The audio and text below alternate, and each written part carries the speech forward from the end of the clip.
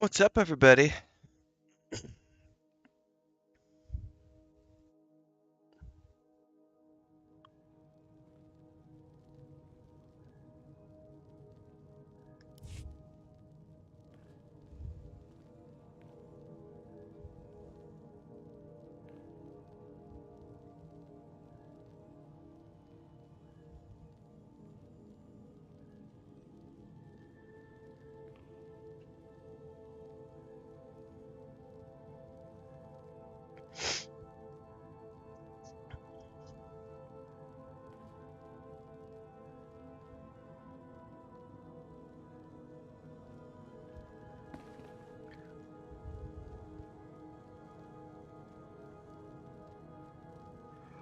Okay, I think we're ready to pick up where we left off this afternoon.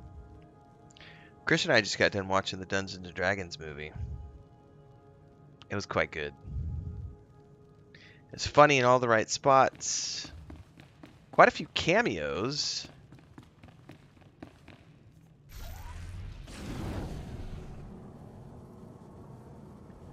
Overall, quite an enjoyable film.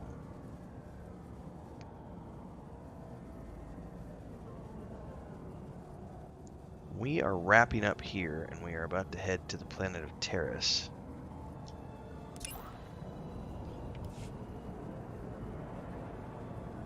Vehicle paths are currently open for business. Let's check our mail.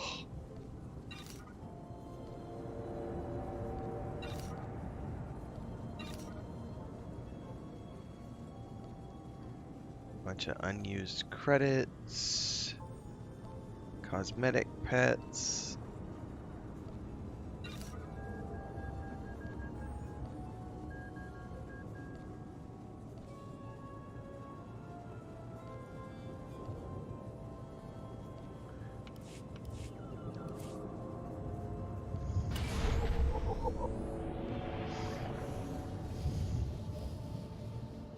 How marvelous! Thank you.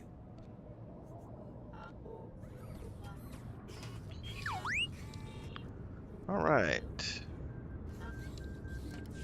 Welcome. Please select an available travel route. Have a safe and pleasant stay. Off to the spaceport.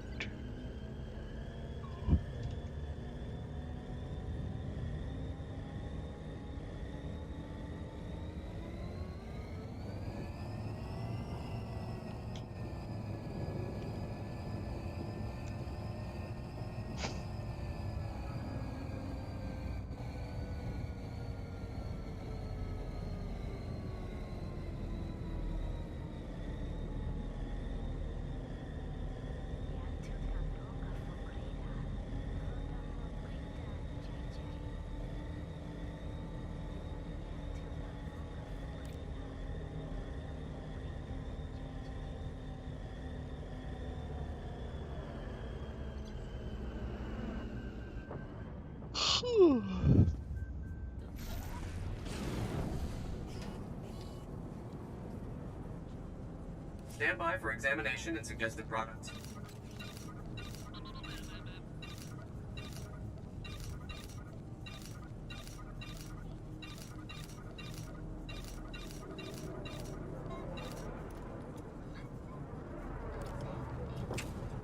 You are fit for duty. Return to your post.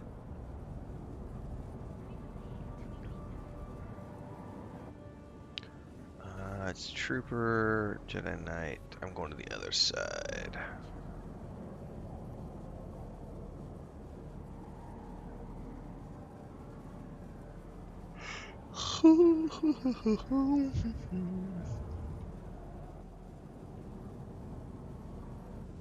I just herped and derp. I forgot all about the galaxy map. I do not need to be going all the way back to the spaceport.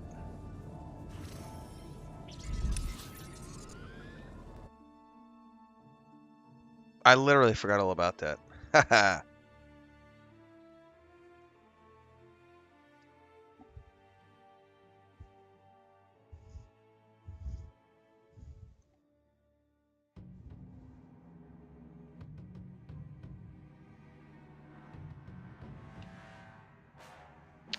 Why is her phone doing this? I do need to go to my ship's holo terminal, though. Why is her phone?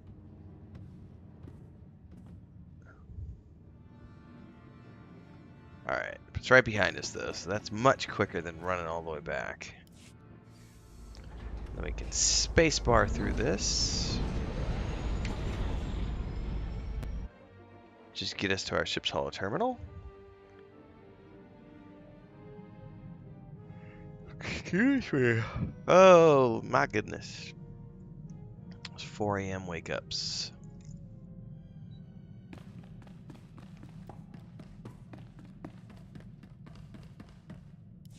Good to hear from you. The Council has sensed your arrival on Taris. An intriguing world. This planet wasn't part of my studies at the temple. Centuries ago, Taris was like Coruscant, a vibrant city world. Then, a powerful Sith Lord destroyed the cities of Taris in a single day. They became dark, polluted swamplands. But the Republic has been restoring them, with the help of Master Sin Tychon. Master Tychon is an expert in this wilderness. We had received regular reports from him, but he has fallen silent. Just how long has Master Tychon been out of contact? Several weeks. We fear this plague has touched him too. Master Tychon is working closely with his Padawan, Eris Verano, and also a captain in the Republic Expeditionary Forces, Captain Nelix.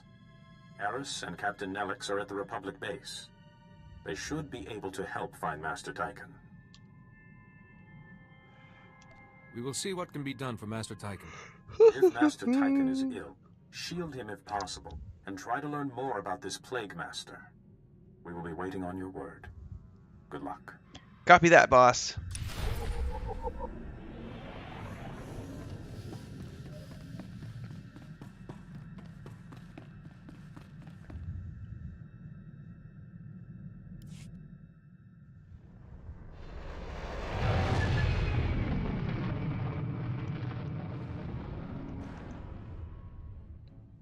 Do, do, do, do, do, do, do, do.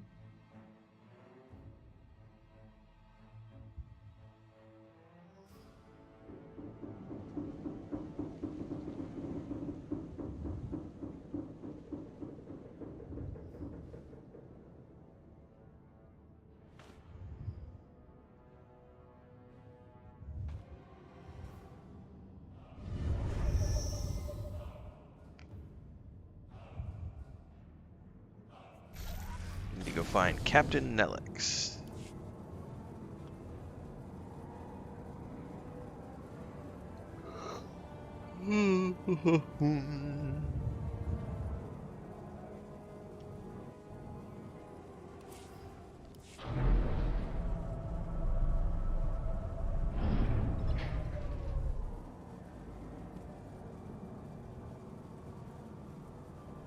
Welcome to Taris. I'm Governor Suresh. On behalf of the Galactic Republic, I want to thank you for joining us in this historic project. For your safety, please do not travel beyond the military-secured safe zone outside the settlement. This world and our work here will shine as a beacon of hope to all of the Republic. But first, we have many obstacles to overcome. Together, we stand taller than any obstacle. Let's get to work. Together. Propaganda machine's in full swing here in Taris, isn't it? Together.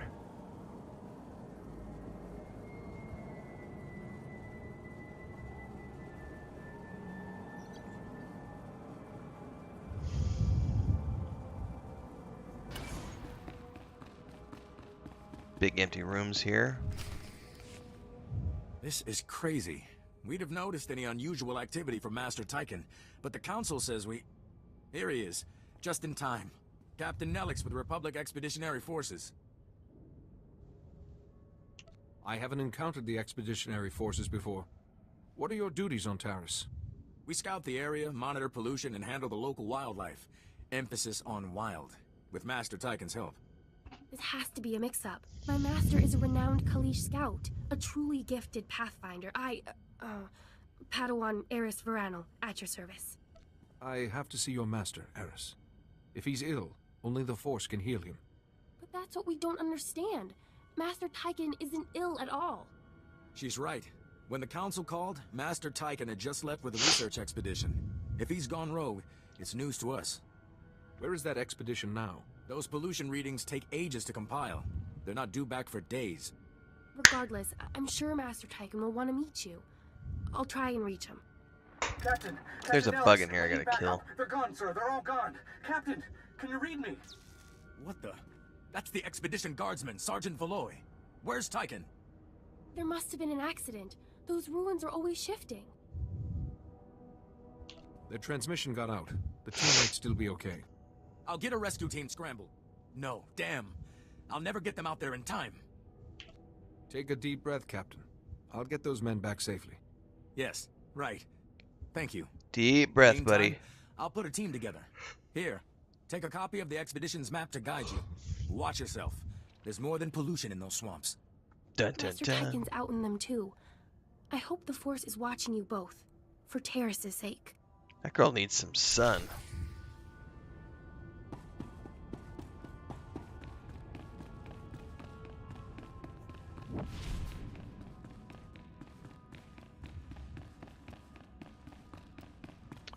Oh, I got a new ability here. Use the Force to make your base safe in combat. That's nice.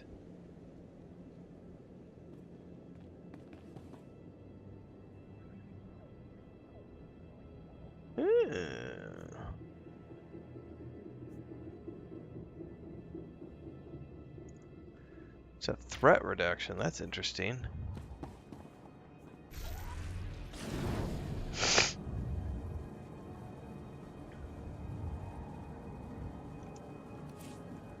Speaking of which, I probably need to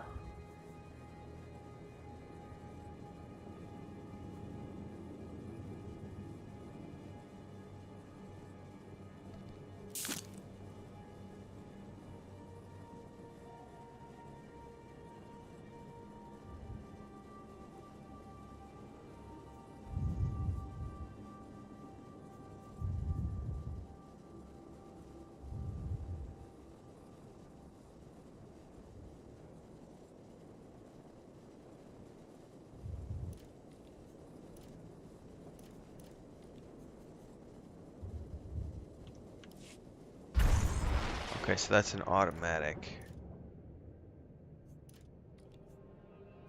Okay.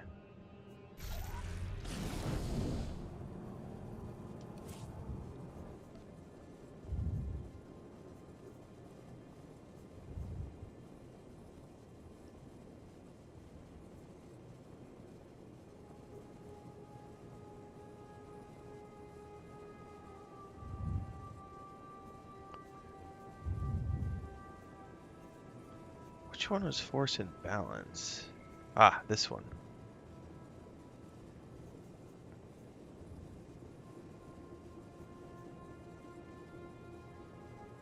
Nah, that one doesn't look so. Pretty happy with the one I chose. I don't need to respec that.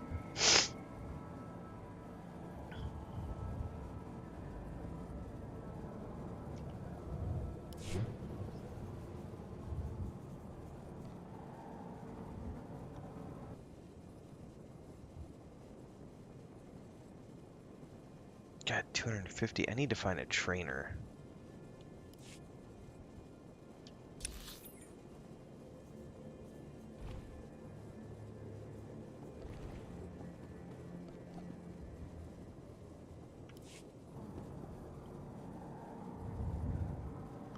It should be cheaper to train at them.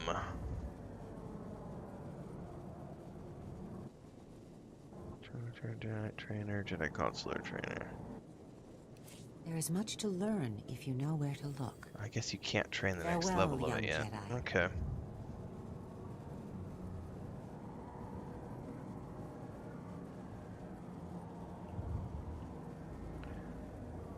Alright, let's boogie out of here. We gotta go find this missing expedition, which is way out there in the middle of nowhere.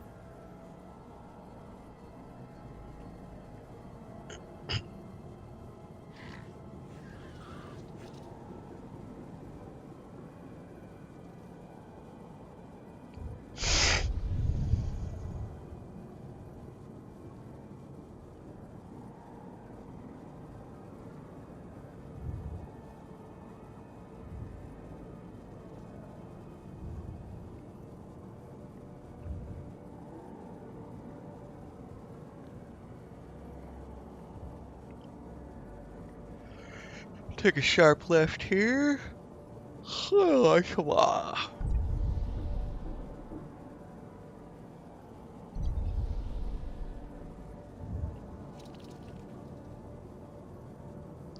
Debating whether or not I want to make an espresso. It's 7 o'clock my time. If I drip an espresso, that's probably a bad idea. I like to try to get up at 4 o'clock in the morning to go for my run.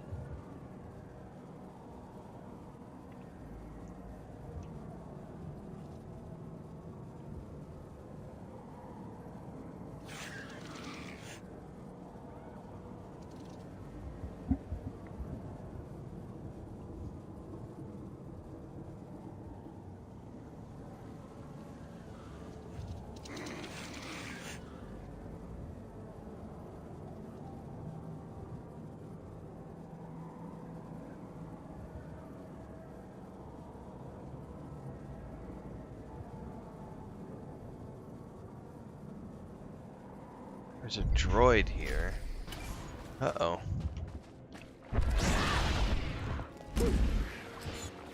Just as I programmed.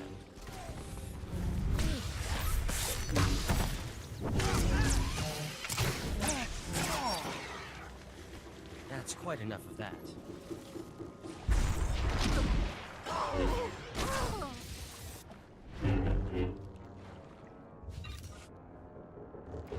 Where are they at, T8?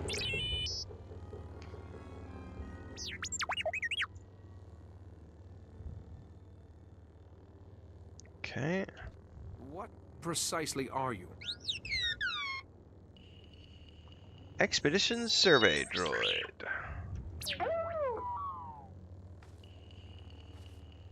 Where's the best place to begin? Show me the coordinates, buddy. Alright. Is there anything more I can help you with? Alright, he's doing self-repair and then return to base.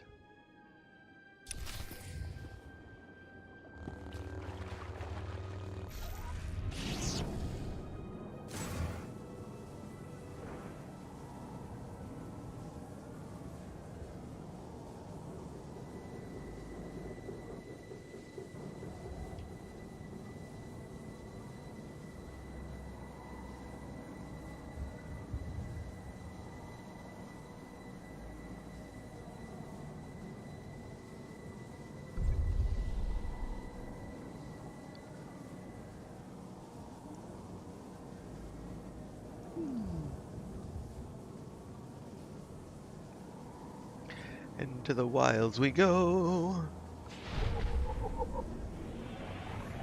I need to... We'll just take that all the way up.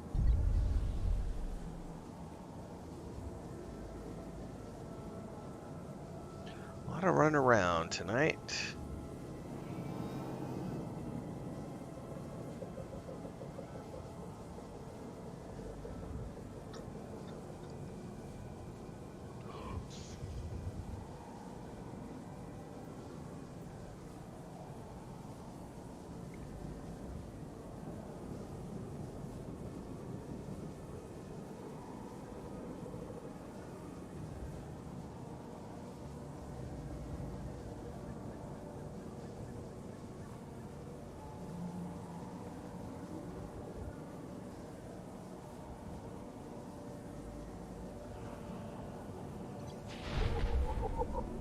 This is a general hospital, or it was.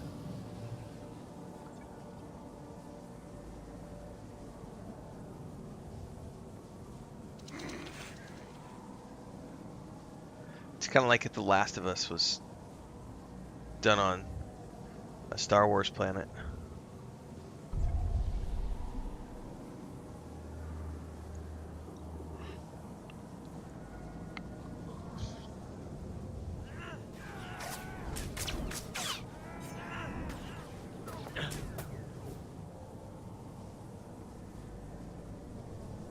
I'm gonna get punted off here in a minute, I guarantee you. Oh, I'm gonna have to fight these guys.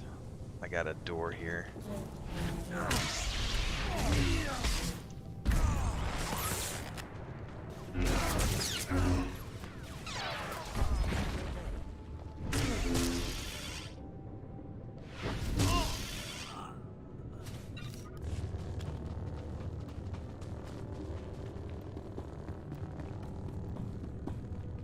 Up and we go. Ooh, excuse me.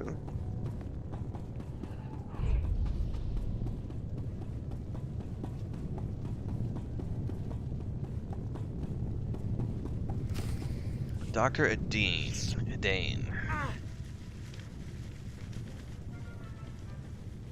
Oh, thank the stars. Give me a hand. I can't lift it off them. Time to use the Force.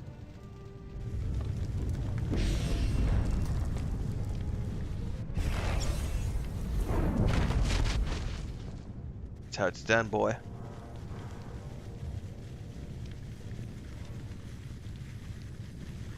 Now we can lift him out of there, right?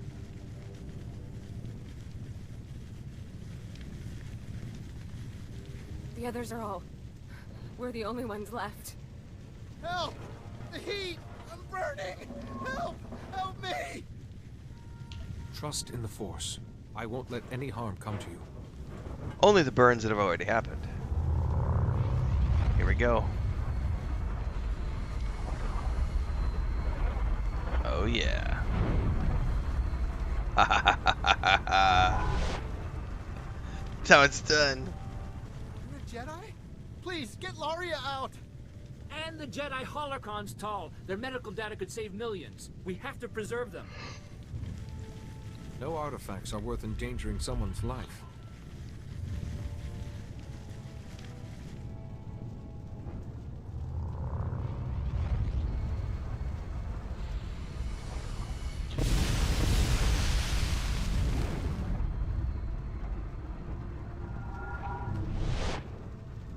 Nicely done. The holocrons are gone? You fool! What have you done? You saved my life, Doctor.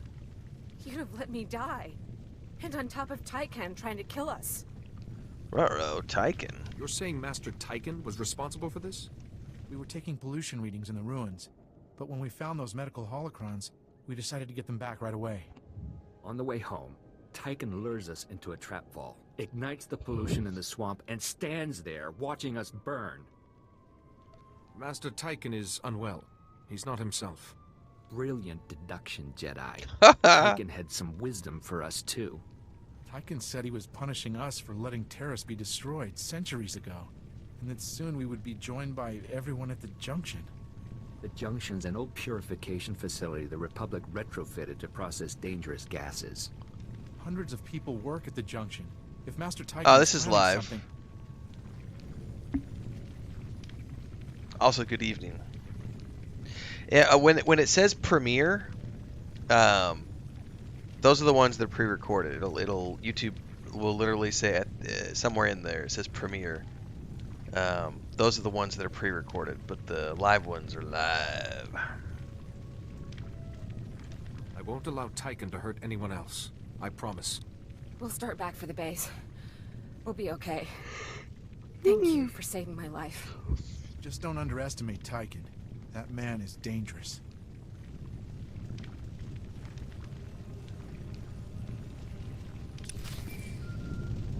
Alright. Holocall time. Jedi, we just got a call from the expedition. They said you helped them out, but the rest sounds crazy. Tykan attacking them? A couple of survivors? From a 12-man team? Tell me that's wrong. I'm doing good. How are you doing? I'm gonna have to go make a coffee though to stay up because I just started streaming about 30 minutes ago, and then I'm just sitting here going, "It's time for bed already." It's like, no, I need to stay awake a little bit longer. We just got done watching the. Chris got home this afternoon. Well, late this morning. That's not even true. It was pretty early when she got back. The day has gone so quickly today. Chris got back this morning. She brought back like a huge bag of mangoes. These like fist-sized mangoes. The neighbor had a property with just mango trees, and they're in season right now, so they did a big mango harvest yesterday, and she brought home like this big sack. It's probably 25 kilos of mangoes. So we're gonna be making some mango stuff. I don't know. I gotta research mango recipes because I don't have any jars for canning, but I'd like to make some mango salsa, and I'd like to make a mango pie. So what I might do tomorrow, it was supposed to rain tonight. It didn't. It went over us. But the temperatures are finally about to start dropping. And I think tomorrow, when's the 15th? That's the 12th. It's getting close.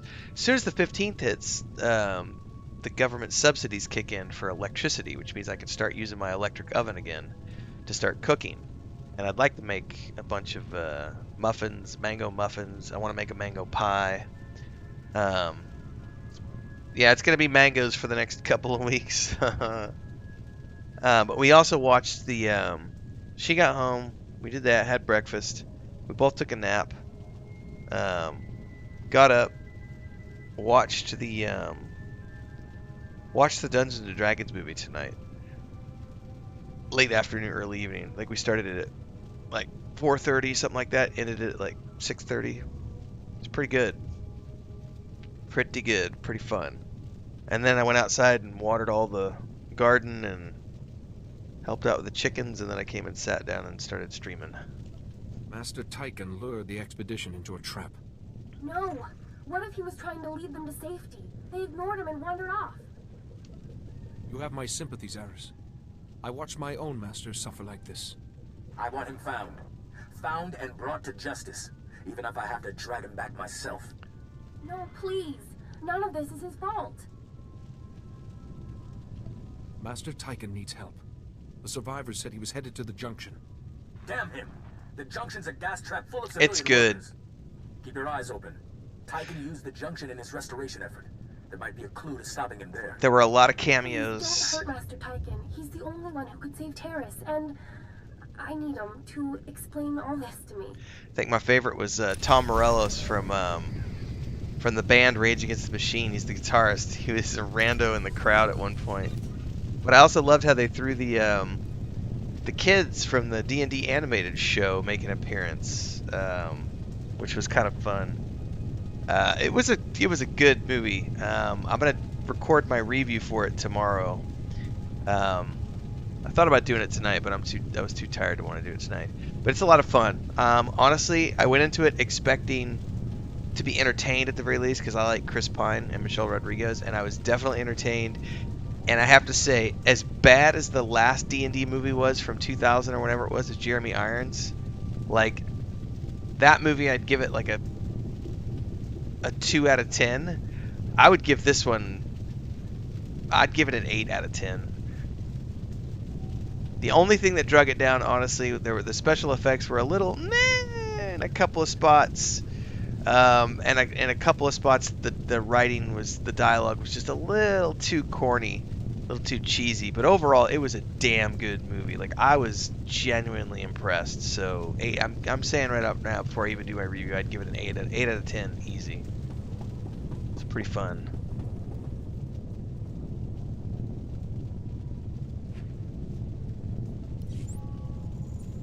Alright, I have got to go make an espresso, so I'm going to go get my macchiato on the stove. I'll be right back. If it disconnects, I'll be back. Because it'll just be my VPN being cranky.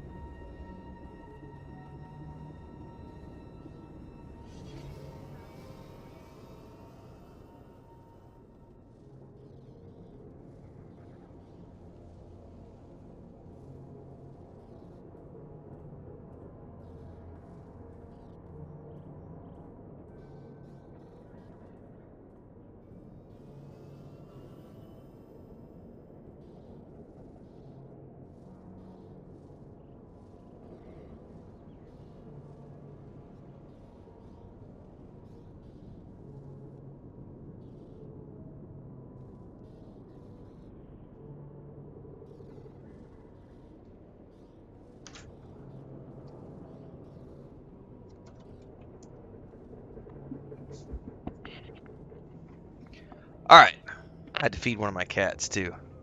All right, I'll have to go out and check on my coffee here in a minute because I just put the macchiato machine on. Mister says if you could pass 5 as a movie, it's worth watching. 5 or below, I never watch again. I'm not into the whole hate watch thing some people do. Yeah, I don't think there's anything I've ever seen that I truly hated. I'm trying to think if I've ever actually walked out of a movie before. I feel like I did walk out of one movie when I was very young, like late teens, early 20s, and I honestly, for the life of me, can't remember, but I have a vague recollection of walking out on a film. I don't remember what it was.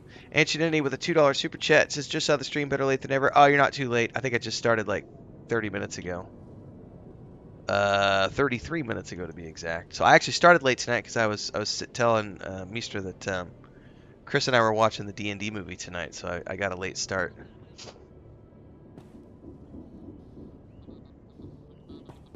See, I didn't get on that hate train. Chris and I both enjoyed the entirety of Game of Thrones all the way to the end. I had no problems with the ending.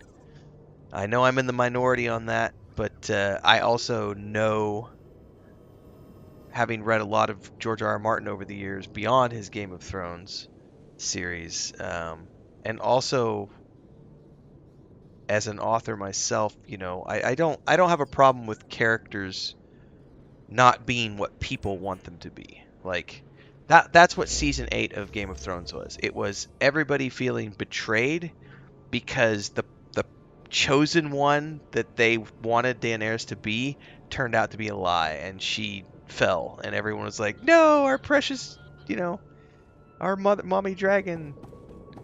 That was a hard pill for a lot of people to swallow, but I did not have an issue with that. Velma, I didn't watch. See, so I guess that's true. There are some things I just won't watch because not interested in it.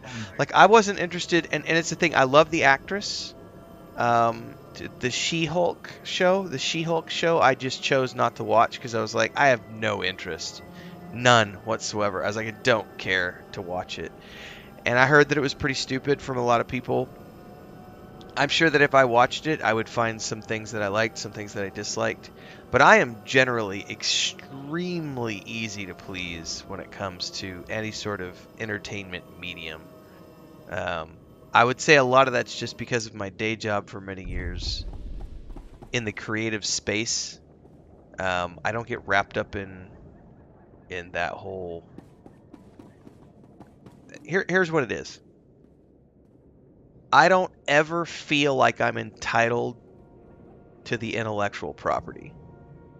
And a lot of people can't separate, like, especially when it comes to like Tolkien or Wheel of Time or Twilight or these, you know, franchises that have existed for a while and have huge fan bases. Harry Potter's another one. Where people just, they feel the Harry Potter one is probably the best example of this, because you have a lot of people who literally are out there saying that we need to take Harry Potter away from J.K. Rowling. Like, she doesn't deserve it because her political views and all this other stuff. She doesn't deserve the property that she created. We, the fans, should own it, because we know better than her what needs to be done with it. And I saw a lot of people criticizing the Fantastic Beasts films and saying, oh, she contradicted herself here and she contradicted this, and this film is absolute tripe because of this, that, and the other, and it doesn't match up with the Harry Potter. I'm like, I don't think you get to make that judge because you're not the creator. Like, but it's the same thing with, you know, I still don't agree with the midichlorians thing that George Lucas invented, you know, and the whole virgin birth thing kind of made me roll my eyes with Anakin Skywalker. But you know, it is what it is. I rolled with it, you know. I don't get so attached to it. Ancient NA with another super chat that says, now that's pod racing. Heck yeah. Wasn't just about her, says Mister. There were many characters that change. It was a gradual, clear change. I think when you take it was season 7 and 8 was rushed. Yeah, there's definitely some rushed elements there.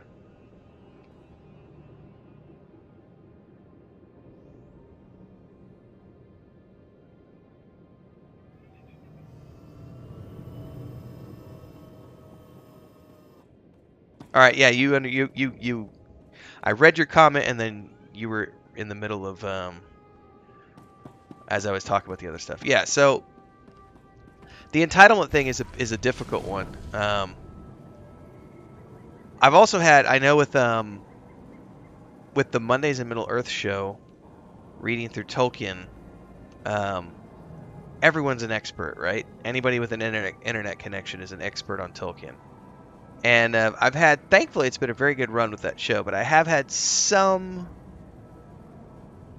commentary from certain people who are really tied up in their own interpretation of Tolkien. And so when we're talking about a certain theme or a certain thing,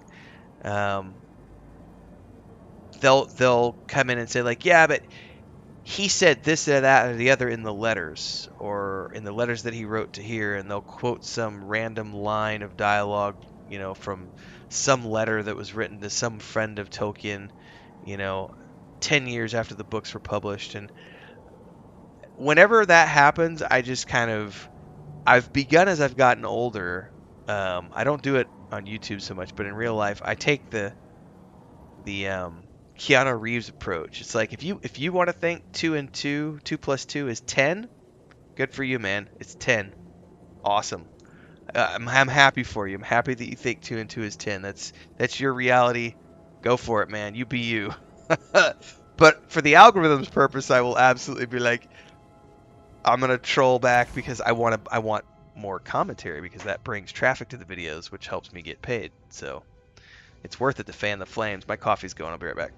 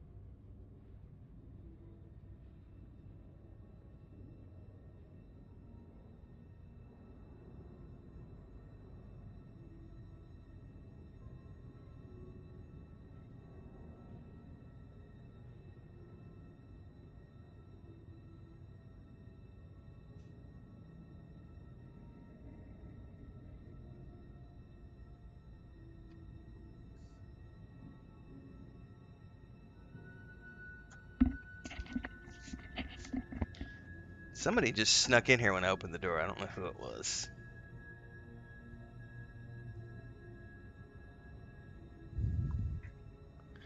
All right.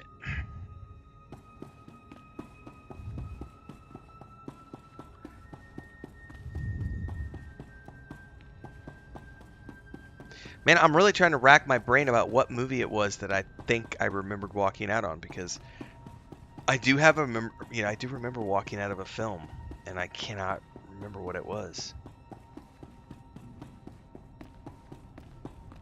That's gonna drive me nuts all night tonight. Welcome to the junction, Jedi. Sorry we didn't have time to clean up. I'm hearing some funny rumors from my guys about Master Tyken. Rumors? Is that why you're here? Is there a way to get your crew out of this building quickly? Could run a fire drill, I guess. Look what's going on here. Oh snap, he's up top. Here you are, hiding in tunnels. Ah, I see your eyes shining. Stop whispering. I am a Jedi. I am. This changes nothing. Such a dark planet. Rock, spires like fingers. Black rock that... Wait. The darkness flows from them. It must. Of course it does, Master. Of course it does. Yes, Master Tyken. Come down, and we'll find out together. Together? Like in the dark place long ago. I watched once in the dark place. Malachor was dark, then bright. I watch his eyes as we run. As Parkanis falls alone. Ooh, they're talking about Parkanis again. Tell me about Parkanis, Master Tyken. What do you remember? Stop it! Stop it! My friend, no! I won't go back there! I'll stop all of you! And your junction hoarding poisons like a leech, yes! I'll free the gases you've stolen, and the shadows from underground. Your junction will be dust around you. If you really want to kill somebody, come try your luck with me. There is no luck, young Tyken. We are Jedi guided by the Force. What will the Jedi do while the gas builds, Will it save the workers before they choke and die? But the gas will corrode the junction, too. How many will die without it to cleanse the planet? Thousands? How many do you want to kill?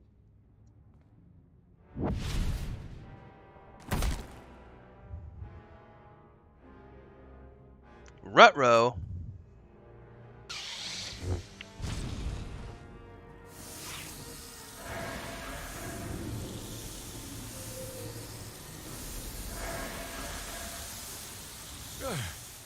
Can you smell that? The maniac's busted the main gas line. Sir, rat ghouls. Someone's breaking open the vents. Rat ghouls are pouring in. No. We need to focus on evacuating or save the junction. I don't know. Don't panic. The Junction's workers are relying on us to save them. I'll evacuate. Wait, I got a crew doing maintenance behind a blast door. They'll be choking on the gas by now.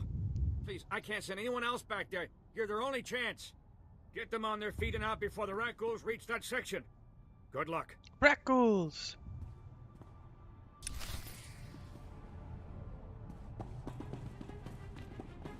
I will say this though, I'm much easier to please when it comes to like film and television. When it comes to the written word, I'm a little more picky. Like, I have very much started books and been like, gotten 2 or 3 chapters into it and been like, yeah, this isn't going to be for me, and moved on. I can tell you one book series I distinctly remember. I think it's called the Iron Throne Trilogy. I'm going to go double check this. No, it's not what it is. Crap. Now I'm blanking on the name of it. I just talked about this like 6 months ago. There was a hang on, I think my chat's broken on my phone. Let me restart this.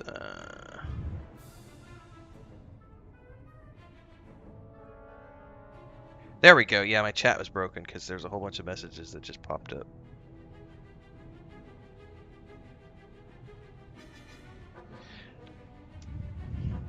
You said you're playing Hogwarts. Oh, hang on, before I get sidetracked.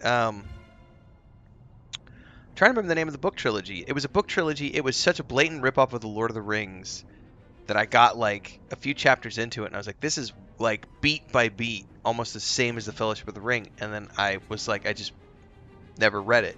Many years later, it was mentioned in passing by someone, and I was like, oh yeah, that's this series that was like a ripoff of the Lord of the Rings. And I went and looked it up online, and sure enough, the whole wiki around it is about how it's just a blatant ripoff. And it was the person's first book series that they ever wrote. Mr. says, I played in Hogwarts Legacy. So good. Shout out to J.K. Rowling's lead developer of that game. At least that's what you'd think. When people got mad. Ancient Enemy says, I walked out of the newest Matrix movie because I found it boring. I made it about 30 minutes in the left. Watched it all the way through later on HBO for free. Felt like I didn't miss out. Yeah, see, I still haven't watched it. It's not a priority for me. And I love the Wachowskis' stuff. I just haven't had time to watch it. And it wasn't really high on my priorities because for me, you know, the Matrix trilogy was it. Like, if they want to come back and do something fun with it, that's cool, but I'll watch it at my leisure. You went for free with a girl from tickets she won from her Christmas party, so you didn't waste anything. Yeah, that's fair. Books are more boring. That's my personal opinion. I need sound and colors. As I've gotten older, I don't like to read as much as I used to. When I was a kid, before the internet, that's all I did was read. I mean, I read voraciously because I wanted to be a writer when I grew up. And so I just read and read and read and read and read and read and read. And there was no internet, so you know, we're talking the days before any video. You know, I had point-and-click adventure games, and we had a Nintendo, but my parents were very strict about how much time we were spending on video games. So we'd go to the library, and I lived on a farm, and I was homeschooled for like 6 years. So all I did was work on the farm, You know, milk cows, do homework, and read books. But then when I got out on my own, and especially with the advent of like TiVo in the early 2000s, remember, I'll never forget this. The very first show that I ever watched in a full run when it was live was the reimagined Battlestar Galactica, which was an award-winning show. And I remember watching that, and it aired. The nights that it aired was when I was doing raids in EverQuest 2. So I would sometimes watch it while we were raiding, but oftentimes I would record it and watch it the next day. But that show turned me on to the power of storytelling in a television medium. And then ever since streaming has come around, it's just gotten crazy. I mean, there's so much good stuff on television now. It's like I would much rather watch something than read something. And a good example of this is like, I just started that show Silo yesterday. I watched the first episode. I'm going to watch the second episode tomorrow and review the second one. But I put the review up for the first episode this morning. I did not know that was based on a book until someone left a comment on my YouTube video and was like, "Oh yeah, I love the book." And I was like, "What? This is based on a book?" And it's like there's so much good television that comes out now. That's based off of just random books that I've never heard of, and I would much rather watch it. Same thing with The Expanse. Like, I've never read The Expanse novels, but I fucking loved that show. That was an amazing show.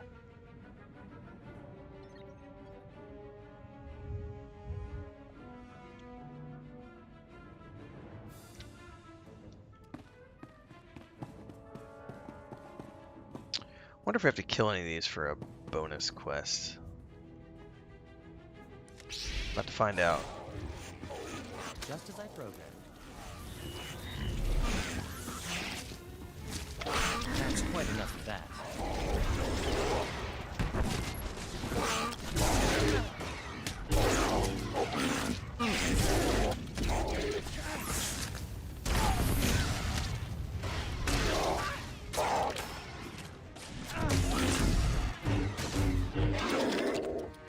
The Expanse was the first thing I had seen since Battlestar Galactica where I sat up and was like, oh wow, this is like really, really, really good television. Yeah, the Clone Wars is a good show. Rebels was... I actually think I like Rebels more than the Clone Wars, but I think that's because when they did Rebels, they went into it with more of a, you know, a defined story arc. Whereas the early episodes of the Clone Wars, it was very much like episode of the week. And then eventually they started getting into heavy story arcs. Not saying I dislike Clone Wars. I fucking love the Clone Wars. But I think I like Rebels. I think I like Rebels a little more.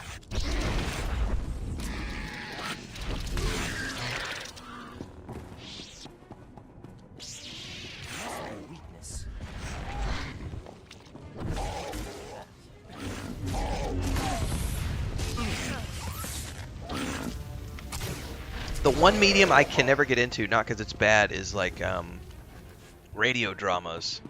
I'm just not into that. Like, I love, as an example, I love ElfQuest. I really loved the comics. And they recently did a radio drama. They kickstarted it. It's got a great voice cast. I actually covered it here on my channel 3-4 months ago. And I started to give it a listen, and I'm just like, yeah, I'm not really... I don't think that radio dramas are for me. And maybe I just need to listen to more of them, because I love the... Ian Holmes did a reading of, I think it's The Hobbit, years and years ago. I bought my brother this box in a wooden box, these CDs with Ian Holm doing a read-through of The Hobbit. Though that I actually liked. But I love Middle-earth so much that... Excuse me, that's quite possibly why I'm going to miss a mob if I don't turn around here. That's quite enough of that. Let's settle this.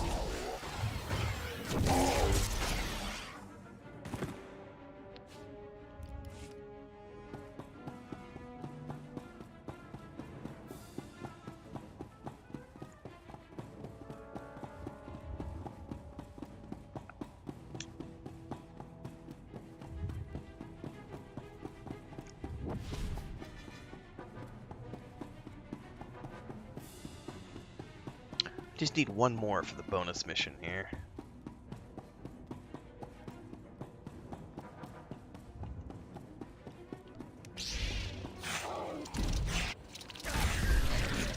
Just as I programmed.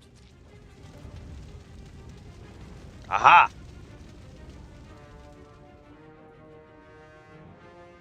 That's quite enough of that. Yes. So I looked. So I was on the right track when I was thinking about the book series earlier. I wrote the Iron Throne trilogy, and I just was like, no, it wasn't Iron Throne, it was Iron Tower. So I went back and Googled Iron Tower. It's called the Iron Tower trilogy. Is the book series I was thinking of. So it's written by Dennis L. McKiernan. It was his first book series. It's published as a trilogy in 1984. And it's literally the reception says its criticisms were for its similarities to J.R.R. Tolkien's Lord of the Rings. The reviews, the Kirkus reviews as an example said it's an abject Tolkien imitation, derivative and dreadful. The non-Tolkien bits worthless and creaky, inferior fantasy in every way. Yeah, it's. Black Gate reviewer said it is in fact the Lord of the Rings with the serial numbers filed off crudely. Anybody with a passing familiarity with Tolkien's masterwork should stand agaze at the similarities. It was bad. So it's called the Iron Tower trilogy. I think that to date that's the only book series, it's the only book I can think of that I ever started reading and just was like, nope, not gonna finish that at all. I've slogged through a lot of bad fiction over the years.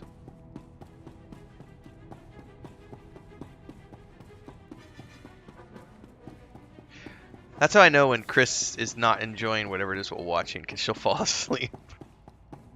If it has aliens in it, she'll fall asleep. She's not a fan of a lot of science fiction. Some science fiction, yes, but if it has aliens, she starts to drift off. We were watching She loves The Mandalorian. She loves The Mandalorian.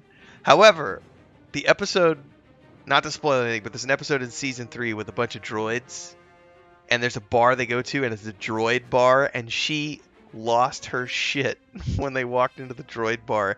She just rolled over on the bed and just started laughing with tears coming out of her eyes because it was just so beyond the scope of believability to her. The Force is my ally. I will not fail.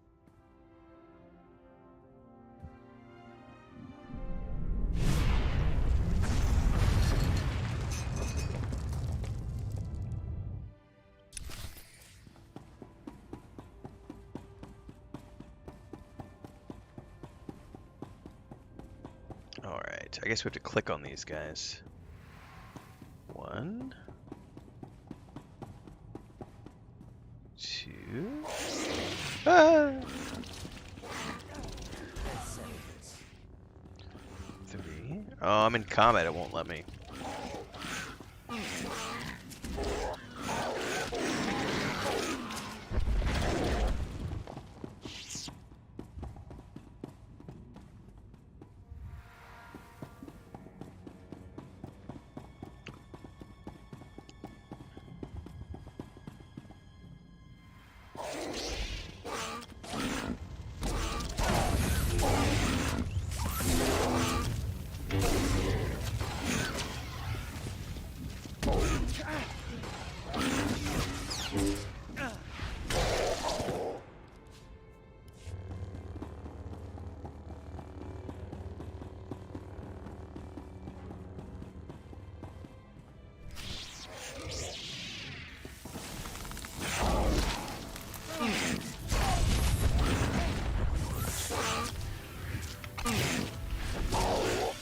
They've certainly sued enough other people over the years.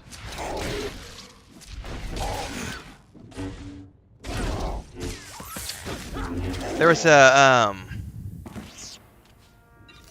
and I get it, you got to protect your copyright. There was a guy from Ireland, excuse me, not Ireland, Italy. The only reason I know about this is because one of my good friends who I've worked with in the past,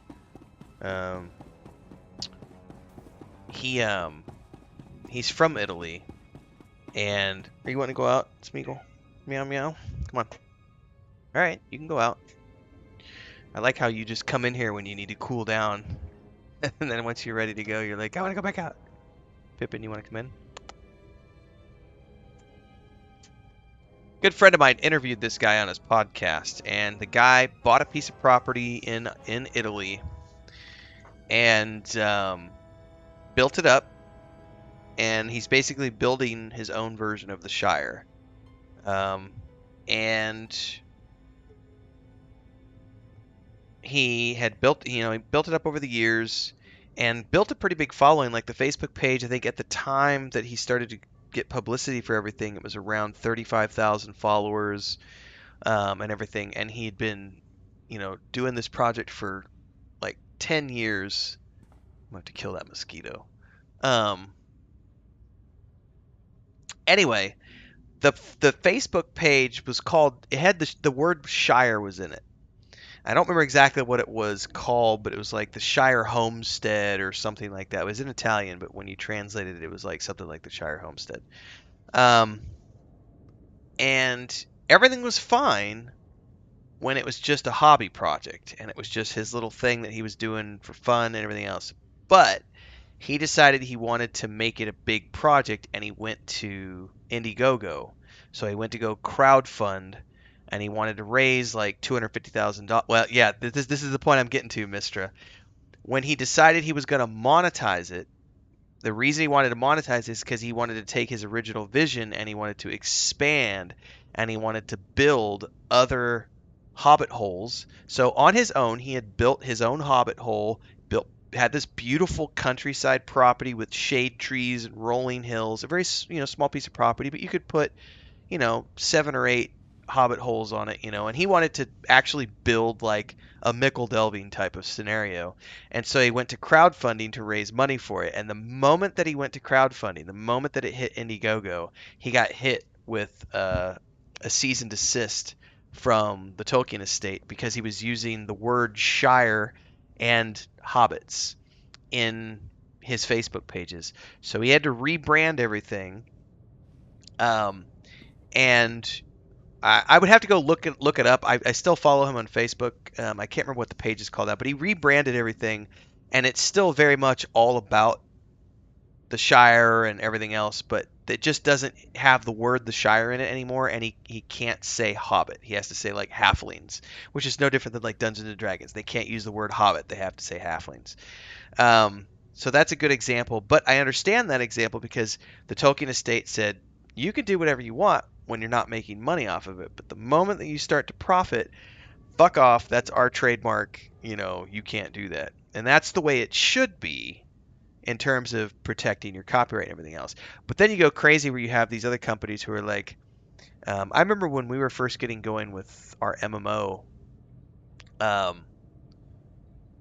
the word saga, because that book series was the Saga of Leucemia.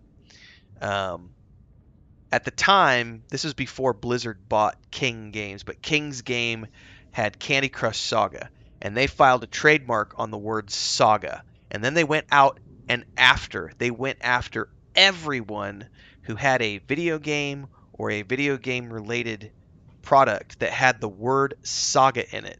And they started hitting all of these game companies and independent developers with trademark disputes over the word saga, which that word in and of itself it's ridiculous to think about that, but they literally went on this thing and sued like 150 companies for having the word saga in their title, and it was just this nightmare of a scenario.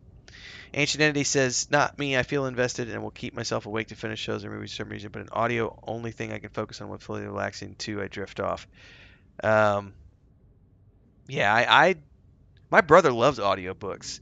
He listens to them when he's running his he's got an excavator, so when he's running his excavator and he's just riding around in heavy equipment for 8 hours, he likes to listen to audiobooks when he's working. I agree, you should not be allowed to copyright common words. It's really stupid.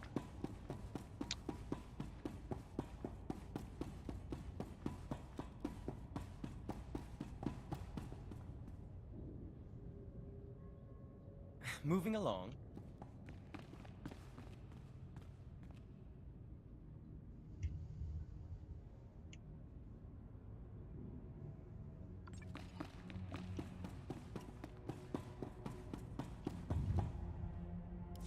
you're back. And in one piece. I hope you didn't breed too much of that stuff. We got the whole crew out thanks to you. Might take months for us to start clearing the pollution again, though. A lot of people are gonna get sick. Trust in the Force. You and your men will get this place running again. That's true. One crazy Jedi won't knock us back for long. Tyken's the one responsible for this. Maybe we can help you stop him, here. Before he lost it, Tyken was studying the old Taris infrastructure. These are the records it copied. But the encryption is pretty old. You know, Ancient Entity, you just made me think about something. I wonder if I should try audiobooks for, like, the end of the day. Because one of the things that I do every night, like, they tell you not to do this, but it is my relaxation. Like, everyone tells you that if you want your melatonin to kick in, you need to not be looking at your phone, you know, at the end of the day. But I'm always on TikTok. TikTok is what Chris and I do at the end of the day. Like, we just get on TikTok for like an hour and a half and just scroll until we fall asleep. I wonder about an audiobook. That's an interesting thought, because I wonder if that would put me to sleep better. Because if I'm just laying there with my eyes closed, the hard part would be what happens if I fall asleep in the middle of a chapter and then I wake up the next morning and he's still reading and I'm like, you know, 75% of the way through the book and I've missed all the stuff that happened. Oh, man. Yeah, mister, it's exactly like that. Oaken Sword. I mean, but there's some companies do it, and there's big money in it, too, because most people would prefer to settle out of court than deal with a huge lawsuit.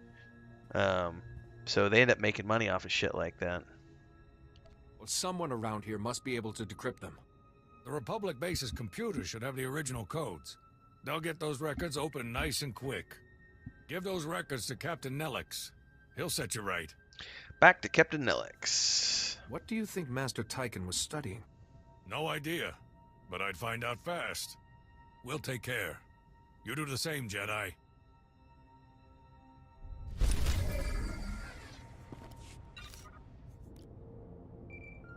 Oh, we got our personal hubcom. Come in, Jedi. Do you read me? Loud and clear, kid. Good to hear from you, Captain. I might have a lead on Master Tyken. Delay that. We've got bigger problems. The base is under attack. Tyken got the jump on us. We need you back here ASAP. We've got... This Tyken fellow's persistent. Just how many bolt holes does he have? He knows Taris inside out. Nobody will be safe until we catch him. Then may I suggest... Audio dramas have sound effects and ambience. That's true. That's true. Maybe I ought to give radio dramas another shot, but treat them as an end-of-day thing rather than... Because I've always tried to listen to them like when I'm active. Like, I'm at my desk, and I'm doing something, and I put one on, and it's just... I can't handle that. Like, it's kind of like I can't... It took me a long time to be able to listen to music while I write. Because for the early days of my career as a writer, I could not listen to music while I was writing because it would pull me out of it, and I would lose the headspace. As I've gotten older and more seasoned at it, I have no problem listening to music now. Like, I could totally partition that side of my brain off, and I could just get into the tune and be like jamming out to the tune while I'm also working on the scene. But it took years for me to be able to develop that, and I wonder if that's the same thing. Like, I'm just too... It's jarring to me to try to listen to a radio drama when I'm awake and like active and doing stuff. So I wonder if that's something I should try to do more when I'm in relax mode at the end of the day. Because that's really the only time that I have my only moment of like peace is at the very end of the day, and sometimes when I'm like doing my naps, because Chris and I have somewhat different schedules. So I get up at like 3 o'clock, 4 o'clock every morning because I go run, and she doesn't. She doesn't need to. Chris is rail thin and skinny, and I've got my mom's genes, unfortunately, and I've gotten pudgy over the years, and I'm trying to cut down on that. So I have a different schedule than her because I get up and I go run, and then I come back, and I usually, it depends. Recently, I've been going down for a nap at like, 9 o'clock in the morning, So I get up, have my coffee, answer emails, everything else, do whatever I'm going to do for the morning. I go for the run. I'm back home by 6:30. Water the yard, have my breakfast, take a shower. 7 o'clock, I'm back at the desk. I get about an hour, and then it's like, oh, batteries are drained. I need to go back to bed. And I've been taking a nap at like 8, 9 o'clock in the morning and just sleeping for like another hour and a half. But even that is like, I don't really feel the disconnect that I do at nighttime. There's a part of me that just knows that once like 8 o'clock hits, I'm done. And it's like, I know that I have no responsibilities left for the end of the day. So that might be the best chance for me to like get into radio dramas. Ancient Indy says, sometimes you lose your place falling asleep. The next night I just skim through and find the last thing I remember. That's a good way to do it. I remember I used to watch the original Star Wars trilogy on VHS. I would fall asleep to it. Like I would watch it. Like I remember there was a time when I was 16, 17. I was living on my own, and I would watch it every day. I would literally just put like Star Wars on today, Empire Strikes Back tomorrow, Return of the Jedi the next day, and I would just cycle through and repeat those over and over. And I would just put them on in the afternoon, and I would fall asleep to those films. And it was like white noise. That's a good idea about the Star Wars ones, the Star Wars radio dramas.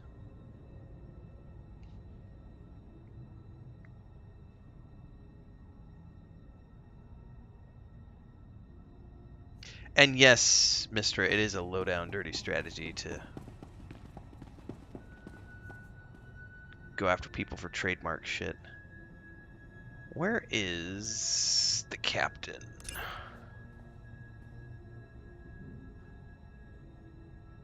Alaris Reclamation Base.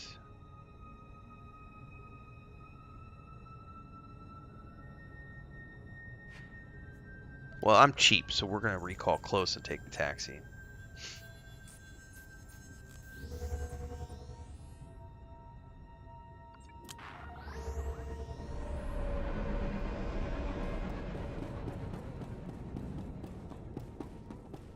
Greetings. You are cleared for the following travel routes.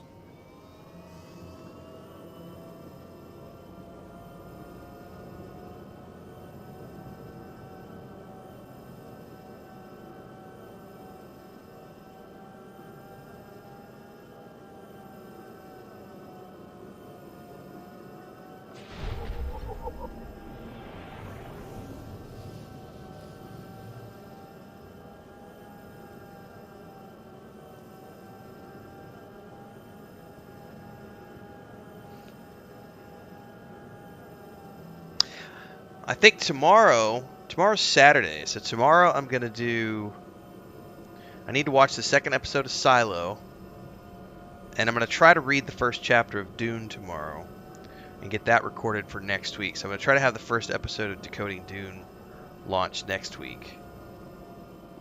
And it's taking me longer than I thought to get through the appendices of The Lord of the Rings. I thought I'd be done with that in like 3 episodes, and we're already like 4 in, and I was skim reading through the stewards section last week, and it's like, oh, the stewards is going to be a full video as well.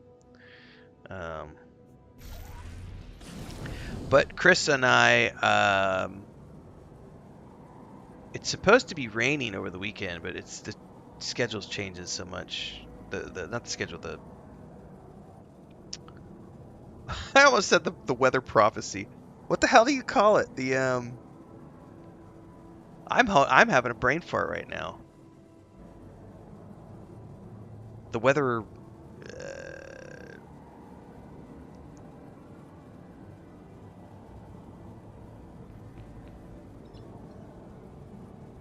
I cannot remember what it's called. I'm having it's late. It's been a long day. Anyway. Eventually, I'll figure it out. Yeah, there's a lot of things in Lord of the Rings. That's quite enough of that. Alright, here.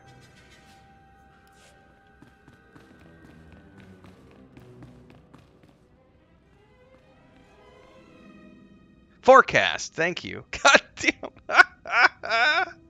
I could not, my brain would not, it could not come up with that word. The weather forecast, it changes soft. Like at 2 o'clock in the afternoon, it said a 97% chance of rain at like 4 o'clock today. So we were preparing for rain, and it never came. And then when I checked it, when I sat down after we finished the movie, it was like, 6:45, and it was like down to like a 40% chance, and it was cloudy outside, but it doesn't look like it's going to rain tonight. So anyway, if it rains this weekend, we're just going to watch a bunch of movies. I've got Renfield is ready to go with Nicolas Cage. The Pope's Exorcist is ready to go, and I've got Guy Ritchie's Covenant. So we've got 3 films to watch. I got second episode of Silo. I need to get caught up on the on the first season of Strange New Worlds, because the second season is coming down the pipeline in June. And then I just watched the season 2 trailer for I put it in Discord earlier today. I think I shared it on YouTube as well, for the Asimov show that they're doing, which I really liked the first season of that, the Foundation show. But I just remembered that I actually never watched the final. I never finished the final episode because I got busy with some other stuff. So I got to go back and watch the final episode too. And I realized it's not that true to the books, but it was still an entertaining watch. I'm really looking forward to that. That's coming soon too. And then there's too much shit I got to do. What it comes down to. Because then I just noticed today that Tactical Adventures just announced that Solasta Palace of Ice is launching on May 25th. And I was like, way to announce your release date 2 weeks out from your game dropping the expansion. Captain Alex, what happened here? Should have known you'd make it past those things. I love Anson Mount, so I pretty much watch everything he's in. Cool tunnels under the base. He set those things on my men, and the little Padawan, Eris, Tyken took her. Don't worry. Eris is a Padawan. She can defend herself.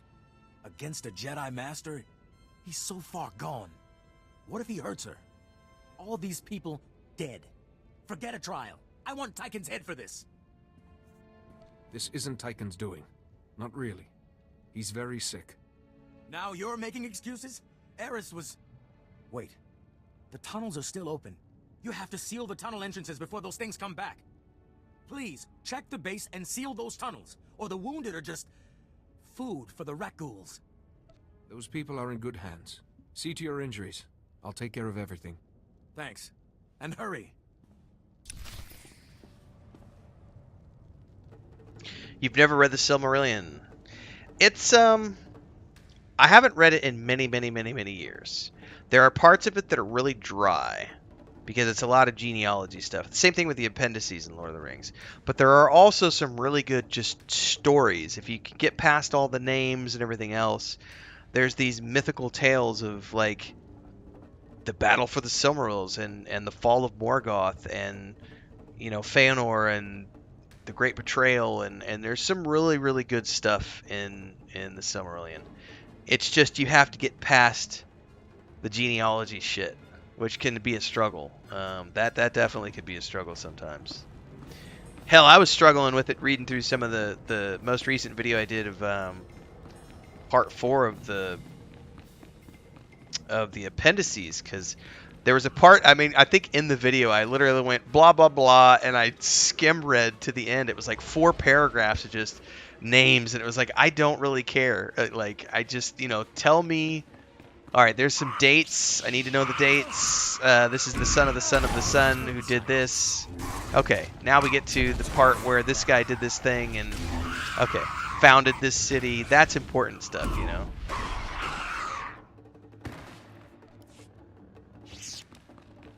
Yeah, I watched the first few episodes of A Strange New Worlds, but it came out right when we were moving last year, and I just never got around to watching the rest of it.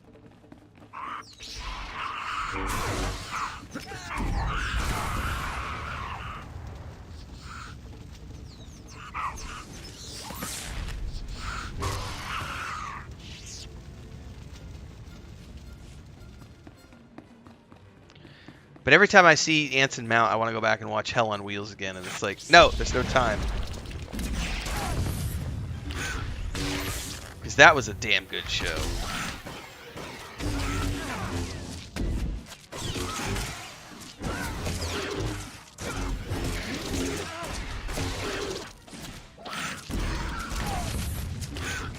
I did not, no.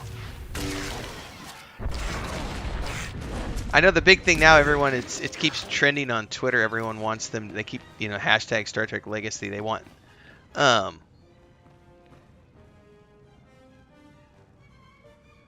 they want them to do a spin-off show with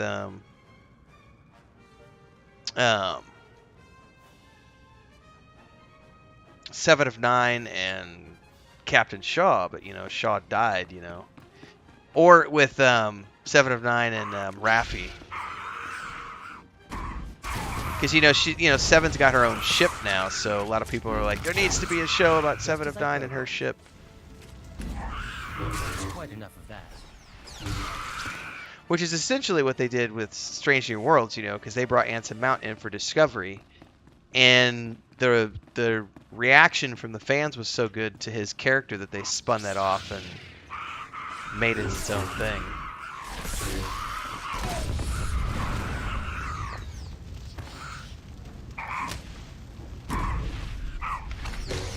But I'll tell you one thing, Terry Matalas did such a good job with Star Trek Picard season 2 and 3 that I really want to go back, and I never finished watching 12 Monkeys, the show. I watched the first season, got into the second season, and I honestly can't remember why I stopped watching. I think I was traveling at the time. That was still when I was traveling for a living, and so I would sometimes have like 3 months on location where I couldn't watch any shows because I was busy doing work. And I would just forget about the shows that I was watching when I would get back home. But 12 Monkeys is such a good show. And he did such a good job with Picard Season 3 that I kind of want to go back and watch the full 12 Monkeys experience now.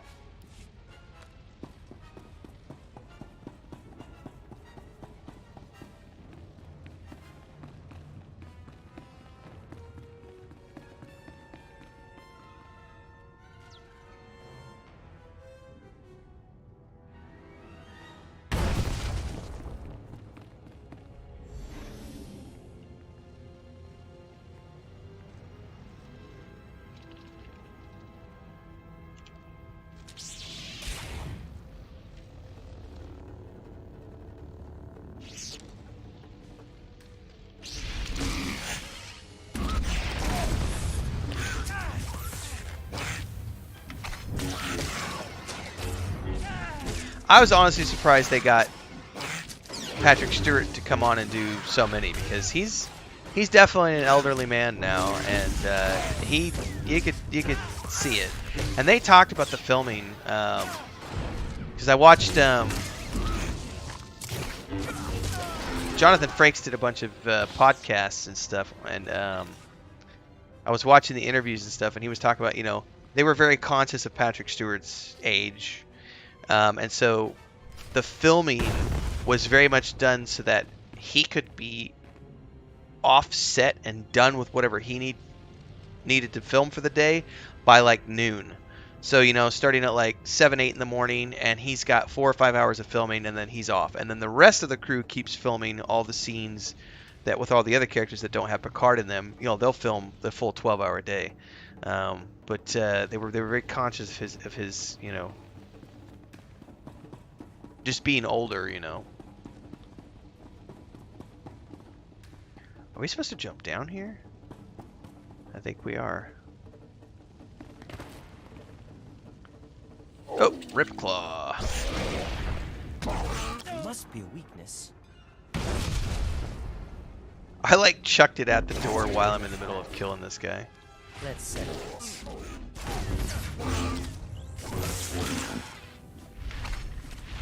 I mean, yeah, he was in his 40s into his 50s.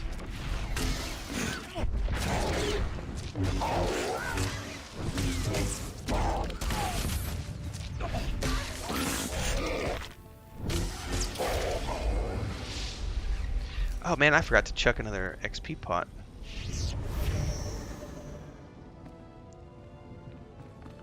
Return to Captain Neelix. Alright.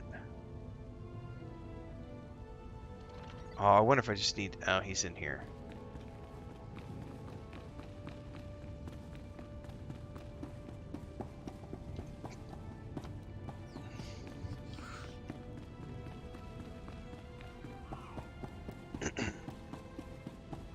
Man, we got the official Star Wars music going on, which means YouTube's gonna like give me a warning later, be like, "You're having copyright music."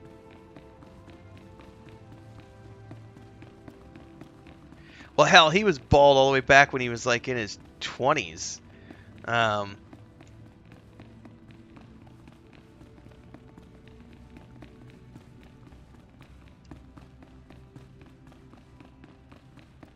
Yeah, he did a great job on American Dad. I actually saw a clip, which I had forgotten about because I hadn't seen the show in so long, but there was an episode he did where he was on Frasier back in the day, where he plays this gay actor, this performer. I think it was an opera singer, if I remember correctly, and he totally like is enamored with Frasier's character and like tries to woo him with like a 3-week vacation on some tropical island. It's quite amusing. So Patrick Stewart's. He also did. Hang on, I'm gonna back out of this because I gotta not to get sidetracked. I'll never forget the first time I saw Patrick Stewart play a bad guy. Was there's a movie with Mel Gibson and Rene Russo. I think it's called Conspiracy Theory. I'm pretty sure that's the name of it, Conspiracy Theory. And Patrick Stewart plays the bad guy in that film. He's like a government agent that's like fucking with Mel Gibson's character. And it was the first time I'd ever seen Patrick Stewart play a bad guy. Most of the time, most of my videos for Star Wars Republic are fine, but every once in a while when there's like a main theme from the films, it'll get hit, the algorithm will pick it up, and I don't get a copyright strike per se against my channel, but I do get a ding, and they will demonetize the video, and what I have to do is I have to go in and tell them to like mute the track, so they'll like mute that section of the video where it pinged. Most of the time it's only like 1 out of every 3 or 4 videos gets dinged. Occasionally it'll ding like multiple times throughout a video if it's a long stream. Without rat ghouls pouring in. But Tychon's long gone. Eris, that poor kid. He dragged her out there with him. We may be able to find them. Can your computers decrypt this datapad? What's this? Infrastructure data? Maybe we can corner Tychon after all. Damn! These records have those rat ghoul tunnels all plotted out. Tychon knew exactly how to hit us. And looks like one of Taris' super reactors is still operational. It's damaged, leaking toxic waste into the ecosystem. From these readouts, it would only take a little push to send the reactor into total meltdown. And Tychon copied every file on its processes. Please tell me this super reactor is 1,000 kilometers out in the middle of nowhere. Sorry, but it's in the middle of reclaimed territory. If the reactor blows, we're looking at a chemical detonation that could take out the Republic's entire occupied area on Taris. If we're lucky. The chain reaction could turn this whole planet into a hydrocarbon-fueled inferno. Theron, don't talk like that. You're scaring me. Tychon's access code is all over these records. This isn't some vendetta, Jedi. This is genocide. Master Tychon's actions are an affront to the Force. He has to be stopped. Stopped? If you get the chance, take him down. Here's the super reactor's coordinates. Yeah, it's not a strike per se. The way it is like if the algorithm detects that something is copyrighted, what it'll do is it'll send the revenue to the copyright holder until you either remove the track, take down the video. They offer you various methods. One of which is to strip the music out entirely. Like take whatever is the segment of the video that the algorithm is catching, and you can just strip all the audio out of that section. They also have a new feature that they added a while back, which is called mute track or mute song, and it will attempt to mute the section of music that is getting caught. And it's usually only like a 30-second clip, like a 15 to 30-second clip of like when I'm doing like Star Wars games. It'll be like, oh, here's Darth Vader's theme, you know, the Imperial March, and it will like it'll hear that and it'll flag like a 30-second clip of a 3-hour stream, and then you just have to go in and like tell it, you know, I want to mute that. And if it can't mute it, then you have to just strip the whole audio out, which means if I'm talking at the same time, it'll also strip my audio out, and people will be watching the video and suddenly it just goes, you know, completely silent, where it's like, you know, there's nothing for a few moments. It's a weird thing. Ooh, that robe actually looks pretty decent. Alright.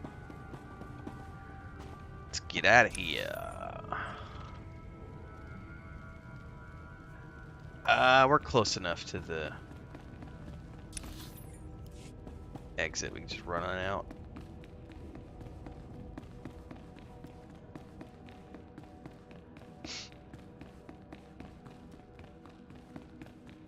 I think the whole time I've been doing YouTube, not here, but overall I've been using YouTube since 2011?